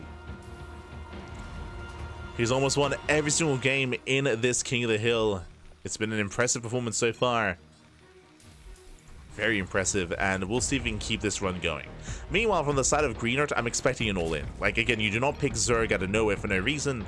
I'm expecting aggression as we do load into our point. This is another map that I'm very unfamiliar with. I haven't seen too much on it, so my perspective or my opinion has yet to be completely formulated. Oh my god, as we're just spamming the in-game chat. Aye. Wait a minute. Hello. I didn't even notice this. Do we have islands? We have center island bases. I didn't even notice, but yeah, I just realized we have these center bases that can only be accessed here from drop play, for example, or Nidus worms, or I guess you can punish these bases with tanks, with these cliff faces, with getting within range. But there you go. Yeah, again, I've barely been able to like embrace some of these newer maps, like Point, for example. Meanwhile, same build. Same build is going to be 2 racks into stim from the side of uThermal. Should not be a surprise. He has done the same build or a variation of this build in every game so far. Just opening up 2 racks stim. Overlord goes down. Last Greenert does at least confirm the location of his opponent. And Greenert, he stays in gas. Okay, big moment here. He stays in gas. It should be for roaches. It should be for roaches, for a roach warren, for a roach rush. I say should be. Technically, this could also be, I guess, like a baneling nest and like a bane bust as well. But we expect one or the other. Again, you don't mind this much gas for no reason. Oh, the army is spotted. What are we going for? Army is spotted. Lings are amassing. Spine crawlers on the way. I'm hoping we didn't just stay in gas just to stay in gas, as we're building up quite a lot of it.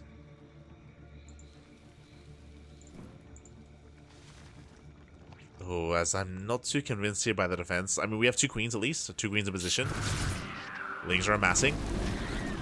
Thermal does him in. He wants a queen. No transfuse. Nice kiting so far. Lings, they do melt. They get targeted down. Spine cooler's not done, and oh god, before we can even embrace whatever the gas is going to be for, the spine cooler falls, the queens are going down, and uThermal, he does it. He breaks through. He has broken Greenert. He gets across the map. He does wreak havoc. The boys are going to be pulled, but across the map, there's nothing. There's nothing to defend. The spine cooler went down. The queens went down, and uThermal, he has broken his opponent. Yeah, the expansion's going to go down. There's no saving the natural. There's no saving the space. Rumeith had the better idea. If you remember, Rumeith, he did open roaches, did defend against the first wave, at least at the natural. That's still at the third. But with that, Greenert, he's now stuck on a 1-base setup. And he's got 300 gas. There it is. Now it's the baneling nest. He's going for an all-in. I mean, he's forced into an all-in. There's no way to macro out of this. Greenert, he's going for a bane bust. It's all or nothing. Marines do get surrounded. Not bad. Lings, they clean up the bio. They clean up the medics. Uh-oh. Back at home, uThermal in trouble. He has to pull back. Boys being pulled away. Very nice choke point. And uThermal, he will hold the line. Oh, he locks him in! No, he locks him in! No shot. The whole position micro. The Lings, they can't leave. They cannot escape. Every single Ling goes down. Oh my god. Bappy, uThermal, calm down. He's cracked. Very nice setup there. Very nice surround. As he locked in the Lings. You thought I was locked in with you. You're locked in with me, Pat. You're locked in with, not like this. You're locked in with a man with gun. And uThermal's in a beautiful position. He's up 20 workers. Building up Marines, medics, Greenert back at home. He's trying to re-drone, trying to re-expand. The initial plan to go for the main bus is not going to come to fruition. He just doesn't have enough Lings. He does not have enough. Crazy.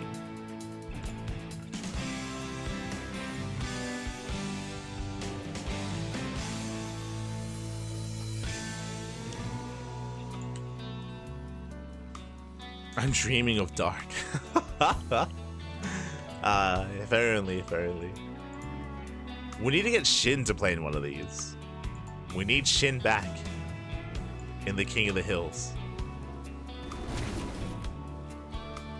Meanwhile, uThermal is going to be reinforcing with Fire Bats. Fire Bats are going to be stepping into the ring. It's going to be amazing against all things Zerg.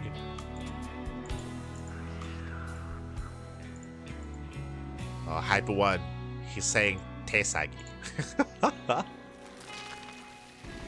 Isn't that right, the STC? Oh, Kiwian wants to play. Bailey say one Lin. 2-1 Lin. Ooh. Nice splits here. Nice spread from uThermal. He shuts down the Ling Bane. And the Banes, they will do nothing here. uThermal shuts it down, keeps on pushing. Firebats have arrived. And again, like, with Greenert, he was already broken earlier. He's trying to hold on to his main base at least. Queen gets caught. Natural's gonna go down. And again, Hyper One, he called out for some help, for someone to stop the raid, the raid of terror that is uThermal. And Kiwian has answered the call. Is he the hero we need? Is he the hero we deserve? What has the world come to where we have to rely on Kiwian? Let's go. Lot of love to Kiwian, lot of love. I'll just always remember his streams. Very chaotic, very interesting streams to say the least. Let's go.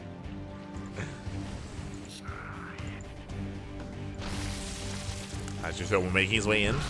And GG gets called. Greenert is broken, and uThermal, he will take down Greenert, claiming another win. GG. GG, well played. uThermal, he will claim another win. Did I forget the... God damn. Next time. But GG, well played. uThermal, he will claim another win. uThermal, he now is on a, what, 7-game win streak. You're crazy. Is up to 7. And it looks like Kiwian has stepped up. For those that are curious, Kiwian, aka Top, is a Korean Terran player. Nowadays, he's more of a streamer and caster. He's been casting a lot of StarCraft Evolution, and I believe he's also one of the main sponsors. for StarCraft Evolution as well. He's got a lot of love for the game state, a lot of love for the game, and also a strong competitor as well, of course. And I'll be honest, as Kiwian steps in, I think I rate him quite highly. Do I rate Kiwian above HonMonO? That I'm less certain of. I think so. I think when I think of the hierarchy of Korean Terrans in StarCraft Evolution, I think I have Quanta as number 1, and probably Kiwian as number 2. But at the same time, I also have rarely casted Kiwian. Like what I take into consideration when I think of Kiwian's play in StarCraft Evolution is the StarCraft Evolution League in December. But it's been months, right? It's been months since I've properly casted Kiwian, so I'm curious if he has improved since then. I'm curious if he's been playing much. I know he's been casting, of course, but I don't know how much he's been playing. So I have a hard time really placing Kiwian and figuring out like how strong he is in his state of play. So we'll see. We shall see. I think Kiwian is above HonMonO, but it's close, and Kiwian isn't always practicing competitively. Yeah, that's what I mean, right? Like, again, like, when I think of Kiwian, I remember his run in StarCraft Evolution League 4, the Fall Championship that was back in December. It's been a long time since then, right? Like, I very rarely casted Kiwian since then. So, so I don't know, like, what his state of play is, really. I know he does a lot of casting. I know he observes and watches a lot of the game.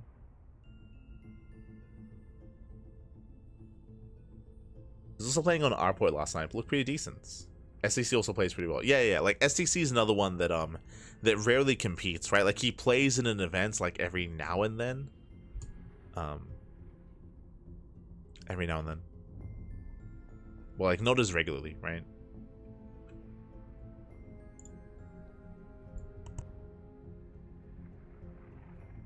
So like I don't know how to like compare the STC to like HonMonO, for example. That I'm like more murky on STC's level. Unironically, I think Nada is probably the best Korean Evo player. He just doesn't compete. I didn't get to see Nada in the Chijik show match. I don't know if you watched those VODs. I need to get around to watching those VODs. But for those that are curious, there was a Chijik show match with Crank, JYP, Nada, and Kiwian, where Crank and JYP, they were on Team VTuber. They had like a team of Korean VTubers, and Nada and Kiwian had a team of Korean just regular streamers. They like duked it out in like a team league format. I haven't watched those games yet, but I want to get around to it. This was like last week. It's like last week. But I was pleasantly surprised to see JYP again. He's, I guess he's back from the military. He's back.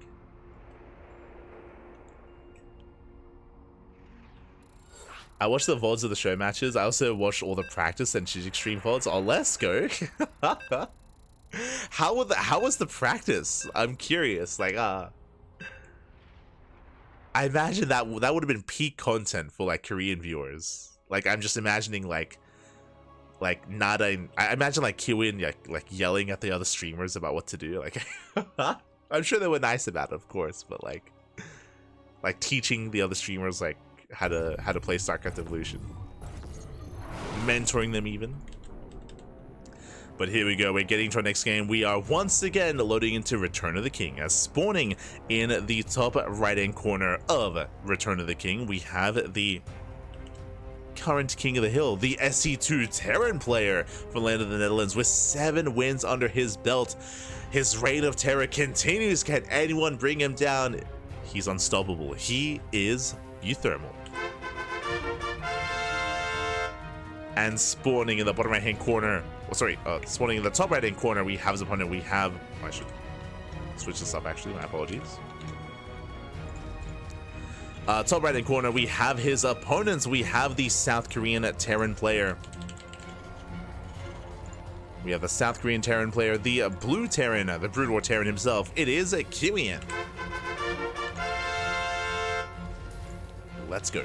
And if you're in the chat, you know what time it is. It is Gamma time. Predictions are open. Place your bets on who you think will claim the series. I do apologize for not having predictions open for the past 2 games, but now they are here. They are ready, and we are stepping on into the ring. I do think that Kiwian is maybe the strongest competitor that is now facing off against uThermal. uThermal, he's warmed up. He's ready to go. Hopefully, he's not fatigued. Hopefully, his stamina hasn't been drained, as he's now up against the top himself. Let's go. Do have our SCV scouts towards left hand side. Kiwian, of course, going to be embracing Brood War Terran. It's what he does best. Opening up a double gas, so going for a faster factory. So factory before CC. More of an aggressive start here from Kiwian. Meanwhile, we see uThermal scouting, checks bottom left, does not find his opponent. Bearing in mind this is a 4-player small map, so we are looking for our opponent here. Likewise, Kiwian scouts bottom right. So Kiwian, he will find uThermal. uThermal, he will find his opponent late. uThermal also going for a double gas opener, racks into factory. So we have mirrored builds so far. Factory openers for both players. Reaper dips in. Reaper will snipe. Double suffering during the practices. It was hilarious. I mean, he was suffering, but I guess it paid off, right? Like, Kiwian's team or Nada's team did win. They did win. I'm most curious as to how JYP was looking, because, of course, JYP even before military, like, he was not playing. He was casting. Remember, he was casting GSL alongside like Castor Park and Gisado.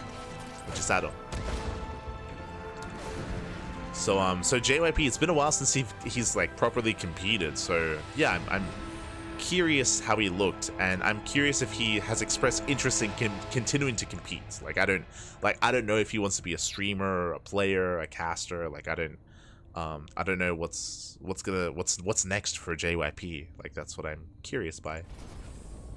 I like JYP. The strategic event was very successful. I imagine so, right? Like, I mean, basically, it's like a streamer showdown, right? Like, it's like a streamer bash, or I guess the Western equivalent would be like Twitch Rivals. I guess like Twitch Rivals is also like the streamers will play against each other, like in like a marathon game thingy. It's kind of like that, right? So I'm sure it brings together a lot of people, like a lot of fans.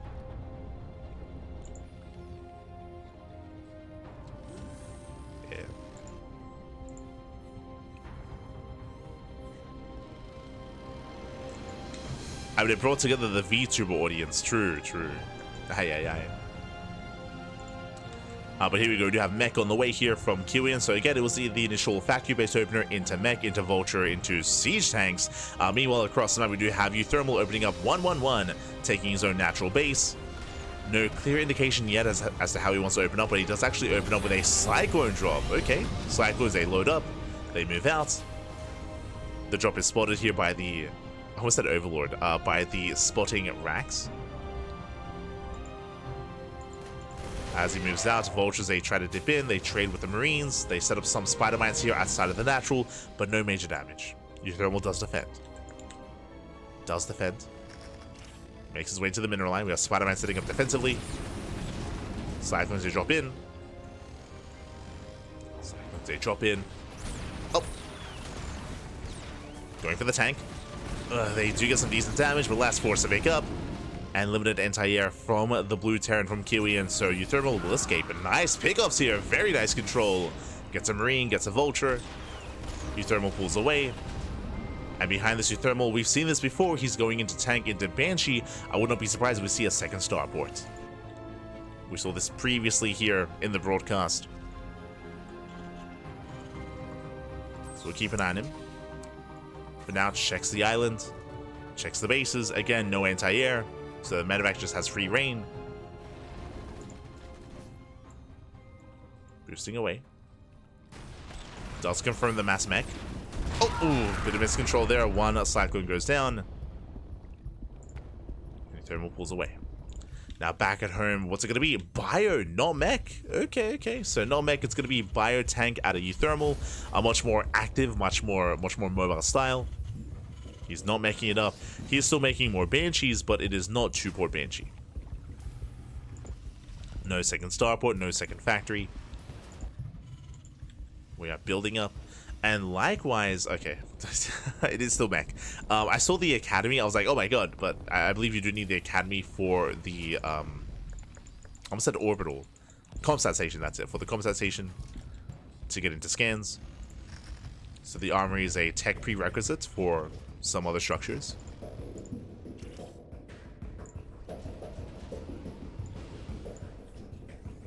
As Banshees are building up, moving out on the right hand side. Likewise, we do see uThermal going for the island base. And I believe Kiwian should be doing the same. Again, that triangular third looks so difficult to maintain, so I don't expect any player to take this. I expect players to expand horizontally instead of vertically.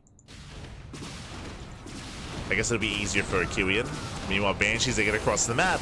Constatations are done, but where's the anti-air? SCVs are falling, turrets out of position. Oof. And there's going to be, what, 3-4 SCV kills. Turrets, they will not finish, they will not complete. Goliaths are on the way, but they're late. They're delayed. And with that, 5-6 SCV kills. Ay. Scan into the main. Goliaths are being targeted down, one after the other. Oh my god. Losing both Goliaths. Getting 7 SCVs, denied mining time, of course. In the end, Kiwian will hold, but this is brutal damage. So much mining time was denied.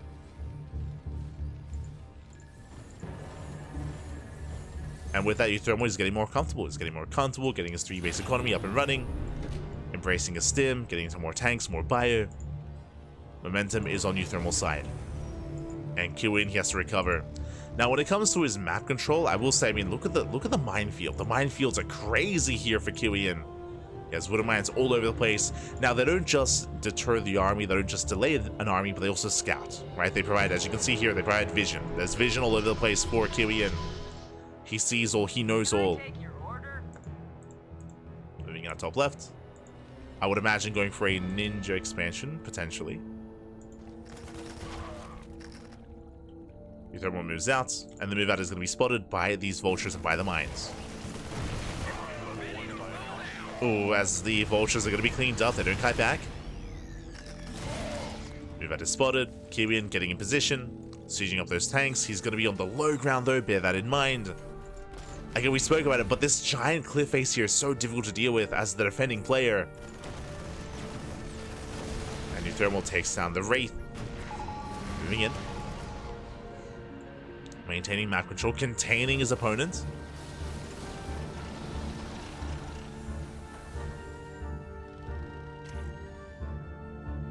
Just look at all the high ground outside of the Nat. It's crazy. It's insane. Having a low ground natural like this. I know that Avex, you asked me to look at one of the more recent ASL maps for something similar to this, and I can't handle it, mate. It's crazy. I haven't looked at it yet.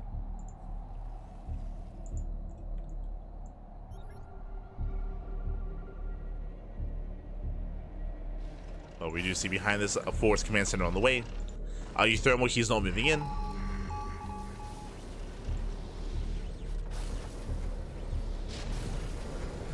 Tank low is going off. Kiwian does shoot first. Doesn't miss the shots. Let's go. Takes out both tanks. Liberators have arrived. We have some freedom. We have some liberation. Now, bearing in mind, uThermal does not have to push into this. He does not have to break this position. All he has to do is contain. Just contain and keep Kiwian on a lower base count, on a lower economy. Secure this position on the high ground. And then move in. As uThermal is taking a greater expansion. Now moving out with his reinforcements. Taking up second starport on the way, getting to mass liberator. From the side of Kiwian, he is going for his own just mass tank Goliath. Did make a Wraith earlier, but doesn't really have much else anti-air. He has one Valkyrie. He's got one Valkyrie set up.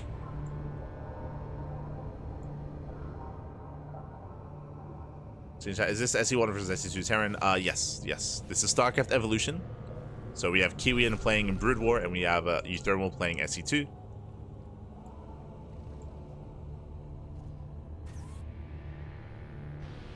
Meanwhile, Kiwian, he does sneak out with a couple of vultures. uThermal setting up a Doom Drop. Oh.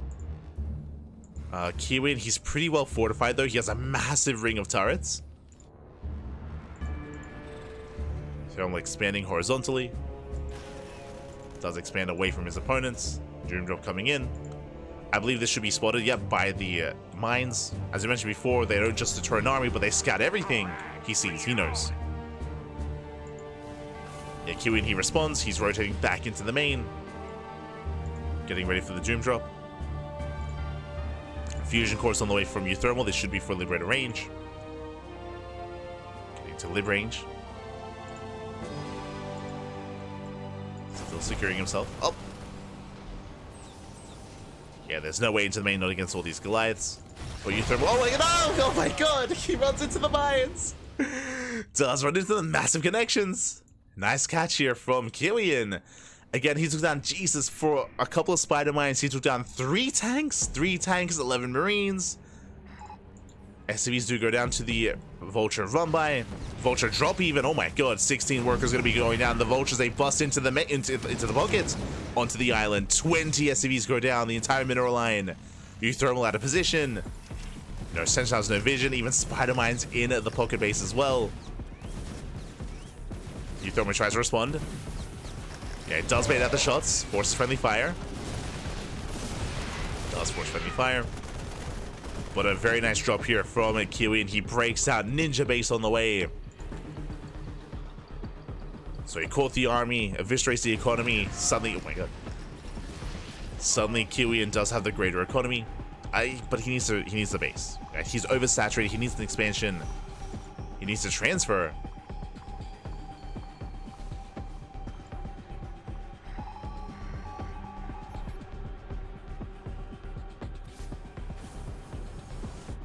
Transfer. uThermal once again scouting for proxies, scouting for ninja bases.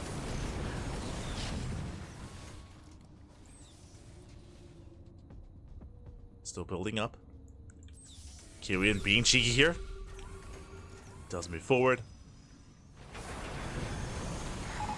uThermal trying to maintain. One that goes down. Oh! Gets 2. 2 liberators for 1 Valkyrie. Not a bad trade there from Kiwian. Meanwhile, the ninja base has been found. Kiwian's expansion is denied. And Kiwian, he's running out of money. I say that still has a good amount of workers. Or yeah, there we go. He does transfer. I was a little bit confused. He transfers over. He does need a 4th base. As Kiwian, he breaks out with all these vultures. Going for another massive counterattack. Bottom left, there's a planetary, that is true. But not much else. Does head in. Yeah, setting up more mines. Liberators in before they catch 2 tanks. 2 tanks going down. Back at home, uThermal, he fully walls up.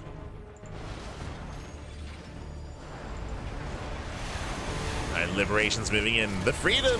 The tanks are within range. And Kiwian gets caught out. Going to be losing 1, 2, 3, 4, 5 tanks. Ay, ay, ay. 5 tanks go down late on siege out of Kiwian. Not paying attention, focusing elsewhere.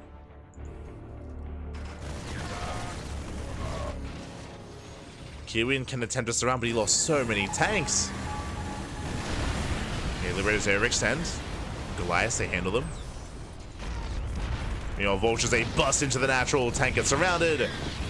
Vikings as well. And uThermal, does he turn around? Does he turn around? As SCVs are going down, production's being camped. It's going to be 10 SCV kills. Tank will siege, but there are just so many Vultures. And they force their way through. Oh my god. Tank blows are brutal. That's still going to be 13 SCV kills. Did I say 13? 19! Oh my god. 19 SCVs go down. Very nice counterattack. Again, uThermal, he doesn't have control of this ramp. Like, despite the... Like, this isn't really a contain. And here we go. Kiwian, he breaks out. He breaks through. Takes down all the libs. Tanks they siege a little bit late. Once they siege, though, they annihilate the army. Vikings, they come in from behind. Massive land, uThermal with a surround. Yeah, the Vikings, they come in from behind. They shut down the tank line. It's a very messy fight, but it looks like uThermal, he has enough. He barely has enough. He breaks through the siege line. Moving into the mineral line as well, moving into the natural. Liberators do siege. And Kiwian, he has been broken. He's barely been broken. You can see he's broke. One mineral patch. Oh no. Yeah, he's broke. He has no money. He has no mining. He's down to 0 minerals here at the natural.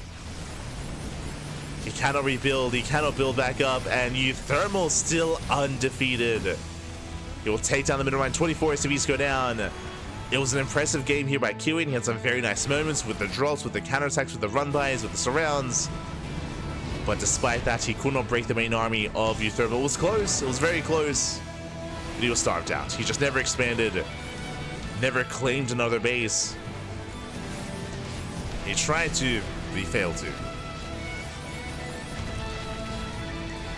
And uThermal. Ay, ay, ay. Just like the VTubers in the Chijik show match, he can't be stopped. Oh god. Cannot be stopped. Let's go. As Kiwian is scanning, just trying to, again, accept the game state. Again, uThermal got away with the planetary on the left, with a 4th base, with a 5th base. Kiwian going for a big tank counterattack.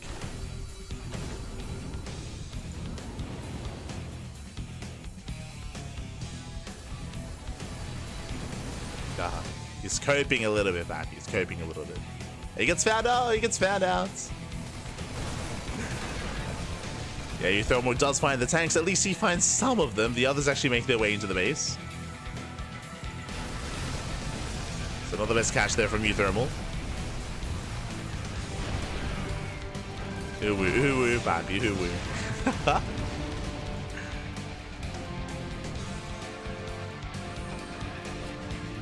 As tanks get onto the high ground, boys are being pulled. Let's go. Gets on top of the tanks. Does not quite force any friendly fire though. Oh, does lock them down. Gets one. Oh, the tanks are gonna be saved. Let's go. The tanks are saved. But there's just too much liberation. There's too much freedom, baby. Too much freedom. Takes down all the tanks.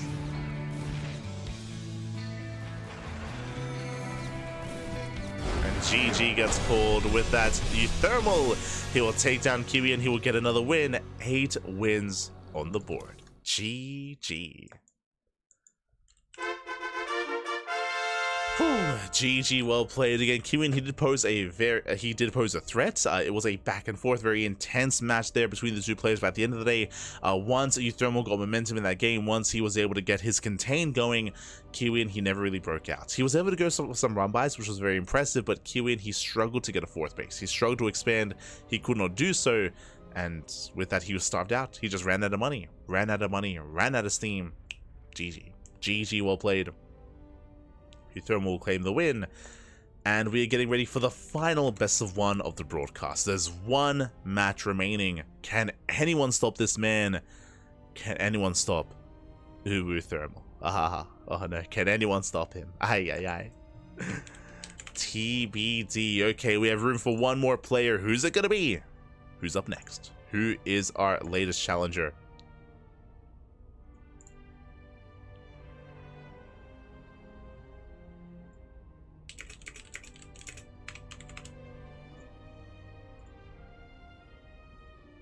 Looks like we have a player. Oh my god, a player that I'm very unfamiliar with.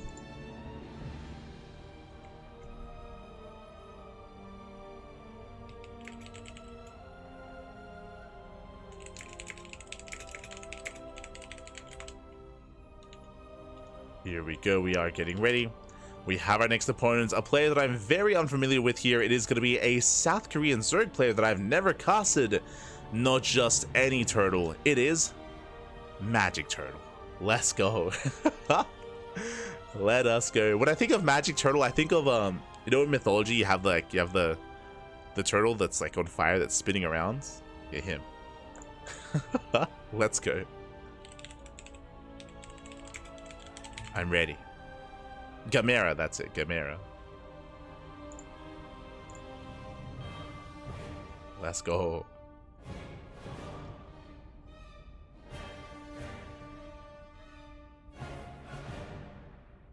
As we are setting up.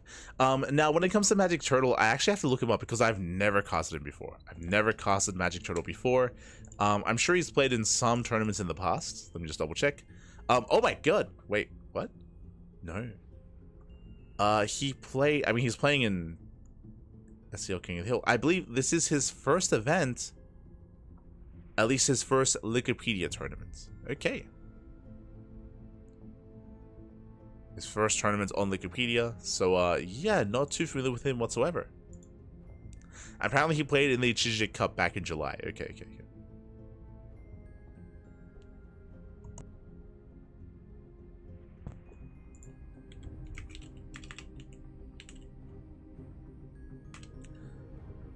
So Hyper One is letting me know that he played back in the Chijik tournament, and he hasn't really played too much since then from what he knows.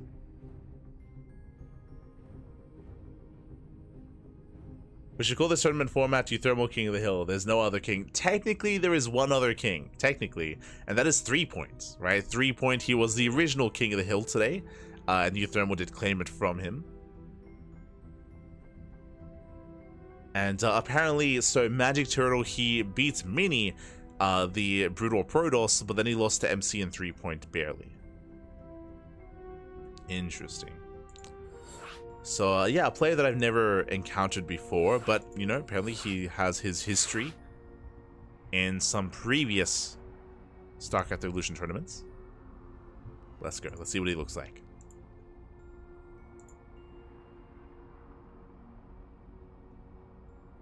Here we go. Oh my god. It's live VIP with the steel chair. Oh my god. He stepped into the ring. And he's not alone. Hyper One jumps in as well with the 619. We come in with the 2v1. Let's go. Let's go.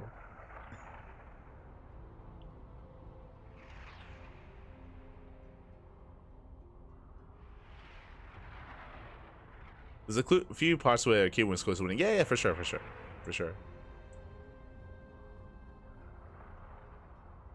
Kind of hard to find an answer to Libs as a brutal terror. I mean, a lot of it also came down to, as we tried to emphasize, the economy, right? Like, because Kiwian was being starved out, like, because he had a lower economy, he had a harder time trying to deal with that army of uThermal.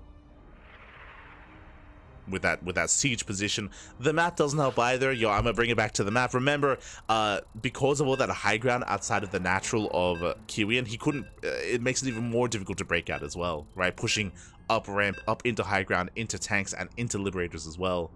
It was just a brutal position there for Kiwian. And we make our way into the final best of one of the broadcast. We do enter our point. Let's go.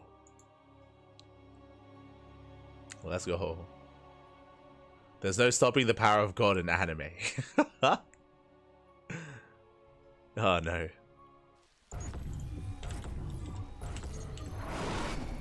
As spawning in the top left-hand corner of our point, we have... Okay, we have to rename everyone. We have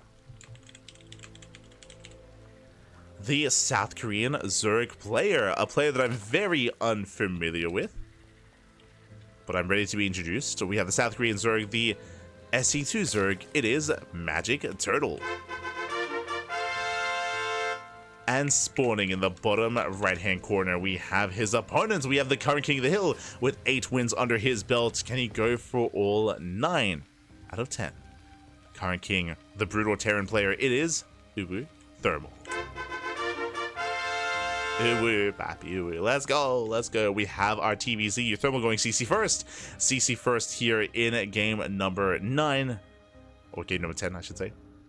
He's going CC first, going for a more economic start. Again, uThermal, he has been known for the non-stop 2-rack stim timings, but we have seen some variations. If you remember, I believe he went for a more delayed 2-rack stim earlier in the broadcast, at least once before, and likewise, it looks like the same build here once again. So CC first, into 2-racks, into an academy, into stim, is what I'm leaning towards. Show us the second racks. Up. Yeah, there it is. Yeah, so 2-rack. So 2-rack stim here from uThermal, a little bit more delayed than usual. Meanwhile, we do see that we are searching for the expansions. We're searching for the spawn locations. We do have a drone scout bottom left, overlord scout top right, and eventually MagicTurtle will find uThermal. We'll find him. Meanwhile, it's going to be a hatch gas pool, standard opener out of our Zerg player. SCEvo scout coming in. uThermal, he will confirm the positioning and the direction, the trajectory of the Overlord, and he will determine the location of MagicTurtle. So far, so good. Does find him. It's Cyril's alt account. Mark going to get wrecked. Oh no. Oh no. I don't think Cyril has played Brutal, unfortunately. Was he born when Brutal was did he play Brutal as a child? Was he born afterwards? How young is Cyril? I think it's fine. I think that Portal series is painting Cyril in a different light. I'm still blown away. For those that don't know, Cyril and Raynor, they're releasing videos on a regular basis of them playing Portal together. And Raynor, he had never heard of Portal before, and I was like, what? Like Raynor's, he's a baby. He's such a child. He doesn't know. He was born after Portal. Smooch. Feels old, man. Feels old. But they've been playing Portal together, so do you recommend some shenanigans of old man Cyril trying to teach Raynor how to throw down some portals?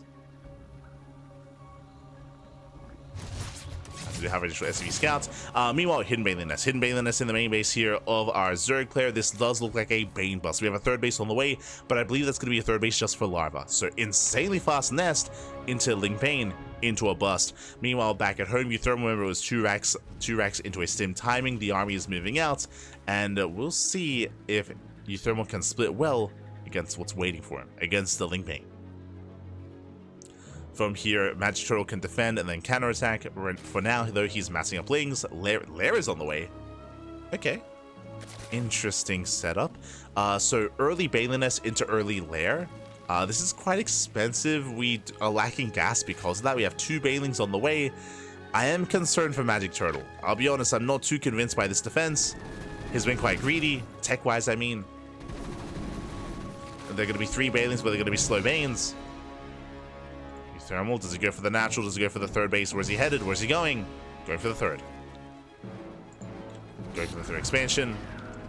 MagicTurtle setting up here for the surround. He's got those 3 Banelings. He's waddling in. How good is target firing? So far, good start stepping here by uThermal. He gets 1, he gets 2, he gets all 3, and that's it. That's all 3 Banelings. The base is going to go down. Again, we had a greedy response here by MagicTurtle. The base will fall. And MagicTurtle, he's in trouble. And he just doesn't have enough. I mean, the damage has already been done. from here, uThermal, he expands, getting a third TC, fully saturated, moving in. Now uThermal, he doesn't have to push onto creep. He's already done the damage. He's already in a good position. He does not have to keep going. Like, containing is already ideal. Meanwhile, the lair is done. Wait, oh, the lair is done. And we're going for an infestation pit. What is happening? 2-base swarm host? Question mark? It's not going to be 2-base infester. That'd be crazy. Okay. Okay. I mean, this is just an insanely fast infestation pit is what's catching me off guard. Remember, this was like a 4-minute lair. So we're setting up with swarm hosts, I would imagine. Like, that makes the most sense in my mind, but we'll see. uThermal takes down the tumor. Again, he doesn't have to push in. There's no need. Okay, infestors. Okay. So it's gonna be 2-base infestor here for MagicTurtle. It's just quite expensive. It's just a very expensive tech choice this early on, but I guess it's an answer, kind of. Really nice pre-spread here by uThermal. Very nice spread. Did I open predictions? Oh, not quite. Sorry, my apologies. I was just engrossed. God damn.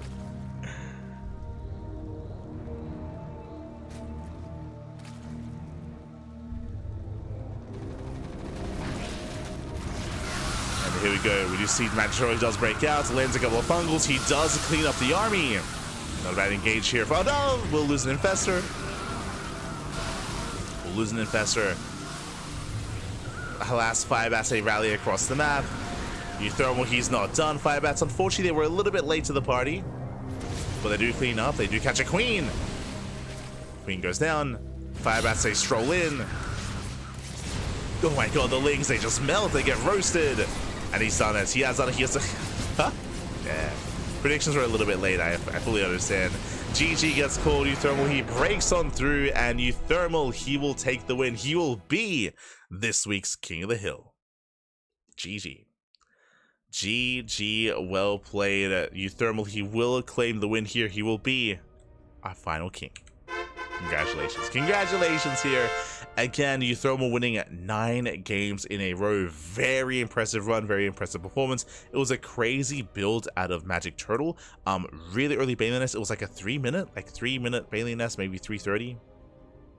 I think maybe a little bit earlier than that, but the early Bailey Nest out of MagicTurtle, so I assumed it was a Bane bust, but then we had Bailey Nest into a lair, which really caught me off guard. A really quirky build out of MagicTurtle. Unfortunately, it meant that he spent most of his gas on the lair, so he didn't really have many Bailings to defend, and with only 3 Bailings, they just got targeted, right? They just got targeted then and there.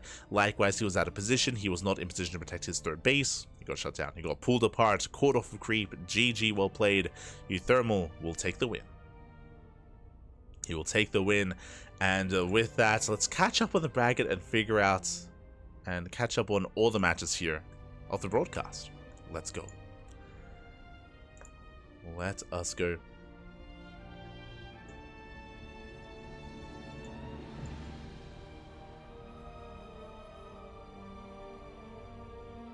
Are catching up on the broadcast. Bam! There we go. We got you covered here.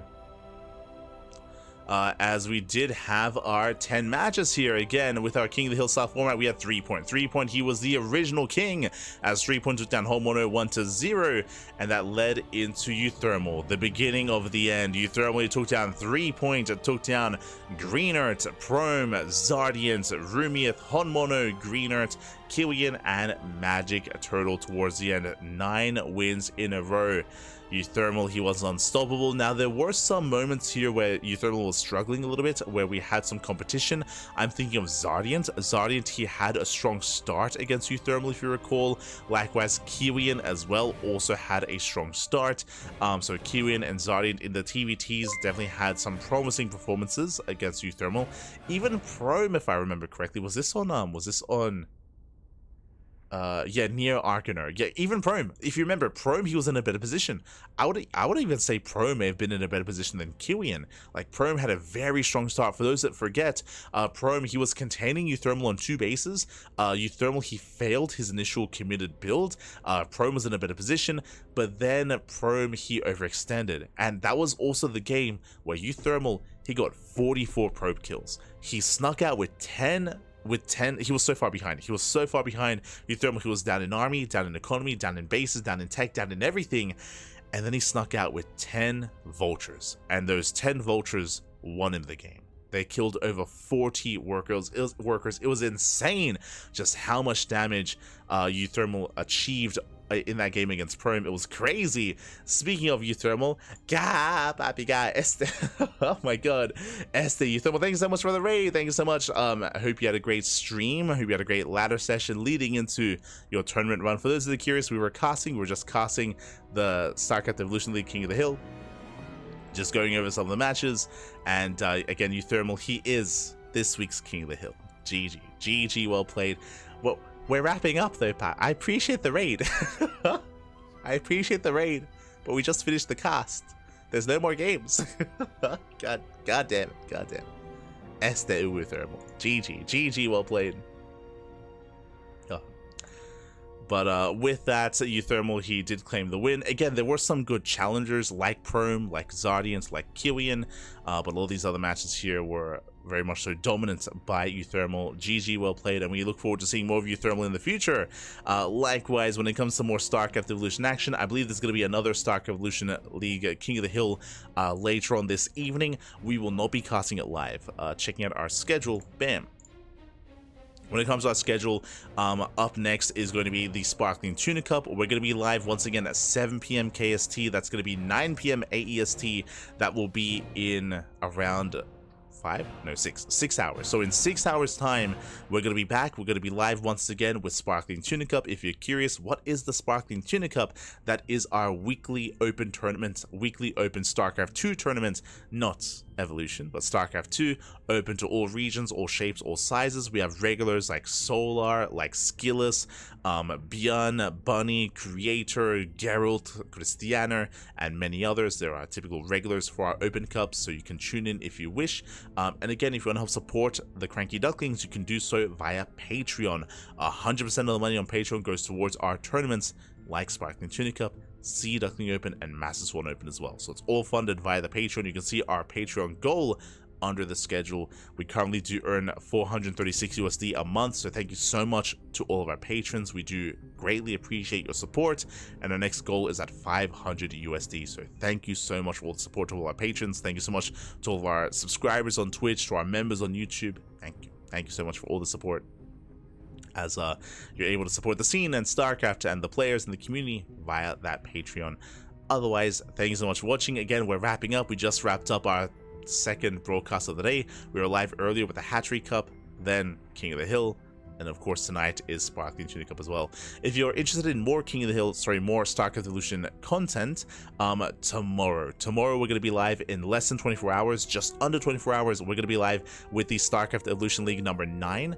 That is an event that actually took place a couple of hours ago, but we were casting the Hatchery Cup instead. So we were otherwise busy covering another tournament, so we're going to be going over the SEL number 9 replays tomorrow. Going to be covering that tomorrow for those that are interested. Likewise, when it comes to tonight's next King of the Hill, SEL King of the Hill number 4, we will also find some time to cast those replays, most likely over the weekend. Maybe or next week. Like, our schedule is quite busy. As you can see, our schedule is very busy. We do cast multiple times a day, every single day. Plenty of content, plenty of casting, plenty of StarCraft here on the CranKy Ducklings. If you want to tune into more of the Ducklings, and if you cannot watch some of this live, if you see something that you like, and if it's at a bad time zone, then of course YouTube is the place to be. Exclamation mark YouTube in the chat, and we do upload to YouTube on a daily basis, so there's plenty of content. We cast more than any other channel out there, more than Wardy, more than Steadfast, more than anyone else. We have all the casting, all the content, we have the quantity, and we have a little bit of the quality as well. A little bit, Pappy, a little bit. All the StarCraft. Just catching up. Thanks for playing uThermal. Yes, yes. Big shout out to uThermal. Big shout outs. uThermal. Salsa tequila. Oh. Some of the best quality actually. Oh, thank you, Papi. Thank you. Do appreciate it. Do appreciate it. We do what we can. We do what we can. I'm probably gonna go and just edit VODs. I'm gonna go edit VODs and schedule and get ready for the rest of the week. There's a lot of content to catch up on. Live VIP loves SCEvo more than any other caster combined. Oh, thank you for the kind words, my contact. Thank you. Do appreciate it. But yes, with that, we're wrapping up. We're wrapping up for the time being. Again, we're going to be back in 6 hours. 6 hours time, more StarCraft here on the channel. As always, here on the CranKy Ducklings. And tomorrow we'll be back with more StarCraft Evolution. That'll be in like 19 hours. In around 19 hours time, we'll be back with StarCraft Evolution League number 9. And of course, plenty of other content. We have the Enki Pro series on Tuesday. We have the Pig Store on Monday on Tuesday. We have Wardy TV Monday. We have Code for Giants Cup, Turtle Tussle, the Pondcast, HSL, Kung Fu Cup. Plenty of content on the horizon. There's definitely some. There's definitely like a shroud of ambiguity, or like a. Yeah, it's definitely going to be a challenging year. I'm sure uThermal's spoken on it. I'm sure everyone has spoken on it. We spoke on it yesterday as well. It's going to be a very challenging year here if you're a StarCraft fan. 2025 for everyone involved, whether you're a fan, whether you're a content creator, whether you're a player as well. But as always, we'll put in as much work as we can. Right? We'll put in the work. We'll put in the effort. And yeah, we'll do what we can when it comes to StarCraft, as always, when it comes to hosting our events, when it comes to running tournaments, and casting as much as we can as well. When it comes to the future of StarCraft, it's still a little bit uncertain, and it's hard to say. There's definitely potential for community run and grassroots initiatives. I know that uThermal has spoken on it as well, how, for example, uThermal's 2v2 circuit, all funded via Patreon, via the community. It's all done via Patreon, all done by, you know, fans of StarCraft, by his audience. And there's potential to maybe even run other leagues or other events. I'm sure that's the case for other content creators as well. Another good example is Pig. Like, the Pigsty Festival was funded by the community, and I believe Pigsty Festival number 6 is also on the horizon as well, also funded by the community. We have our tournaments, which is funded via Patreon. KSL, also funded via Patreon. Wardy TV seasonal events, also funded via Patreon. Like, there's a lot of tournaments already that are like grassroots. But you know, 2025 again is going to be us like trying to maybe even step up and increase that even further. We'll see what happens. There's definitely some talks behind the scenes of maybe trying to do something greater together. I know that Wax spoke about the potential of maybe like merging some events and trying to make something bigger and something more sustainable. We'll see. A lot of it does rely on like certain casters and content creators like collaborating in some way. There needs to be like definitely interest in doing that though from said collaborators and content creators as well, to like join up and to work together to maybe do something greater. Yeah, we'll see. I guess we do have some time to try to figure that stuff out, but regardless, it's going to be a challenging year, but we're here to rise to the challenge, Papi. We're always here to rise to the challenge. We'll do what we can, and yeah, look forward to it. Do look forward to it here. Again, EWC on the horizon as well. Plenty of StarCraft, plenty of content. We'll do what we can. Do what we can. Oh. First win the bingo. True. Oh. But yeah, with that, we're going to be wrapping up. So thanks so much for watching. Thanks so much for tuning in. Big shout out to uThermal for being the king of the hill and for also the raid as well. Gracias, papi, gracias. Do appreciate it. And with that, we'll see you guys in 6 hours or tomorrow for some more StarCraft action. Let's quickly have a look here. We'll find someone to raid and to send everyone over to. Until then, thanks for watching. We'll see you guys next time. Till then, hasta luego. Ciao, papi, ciao. Hasta luego.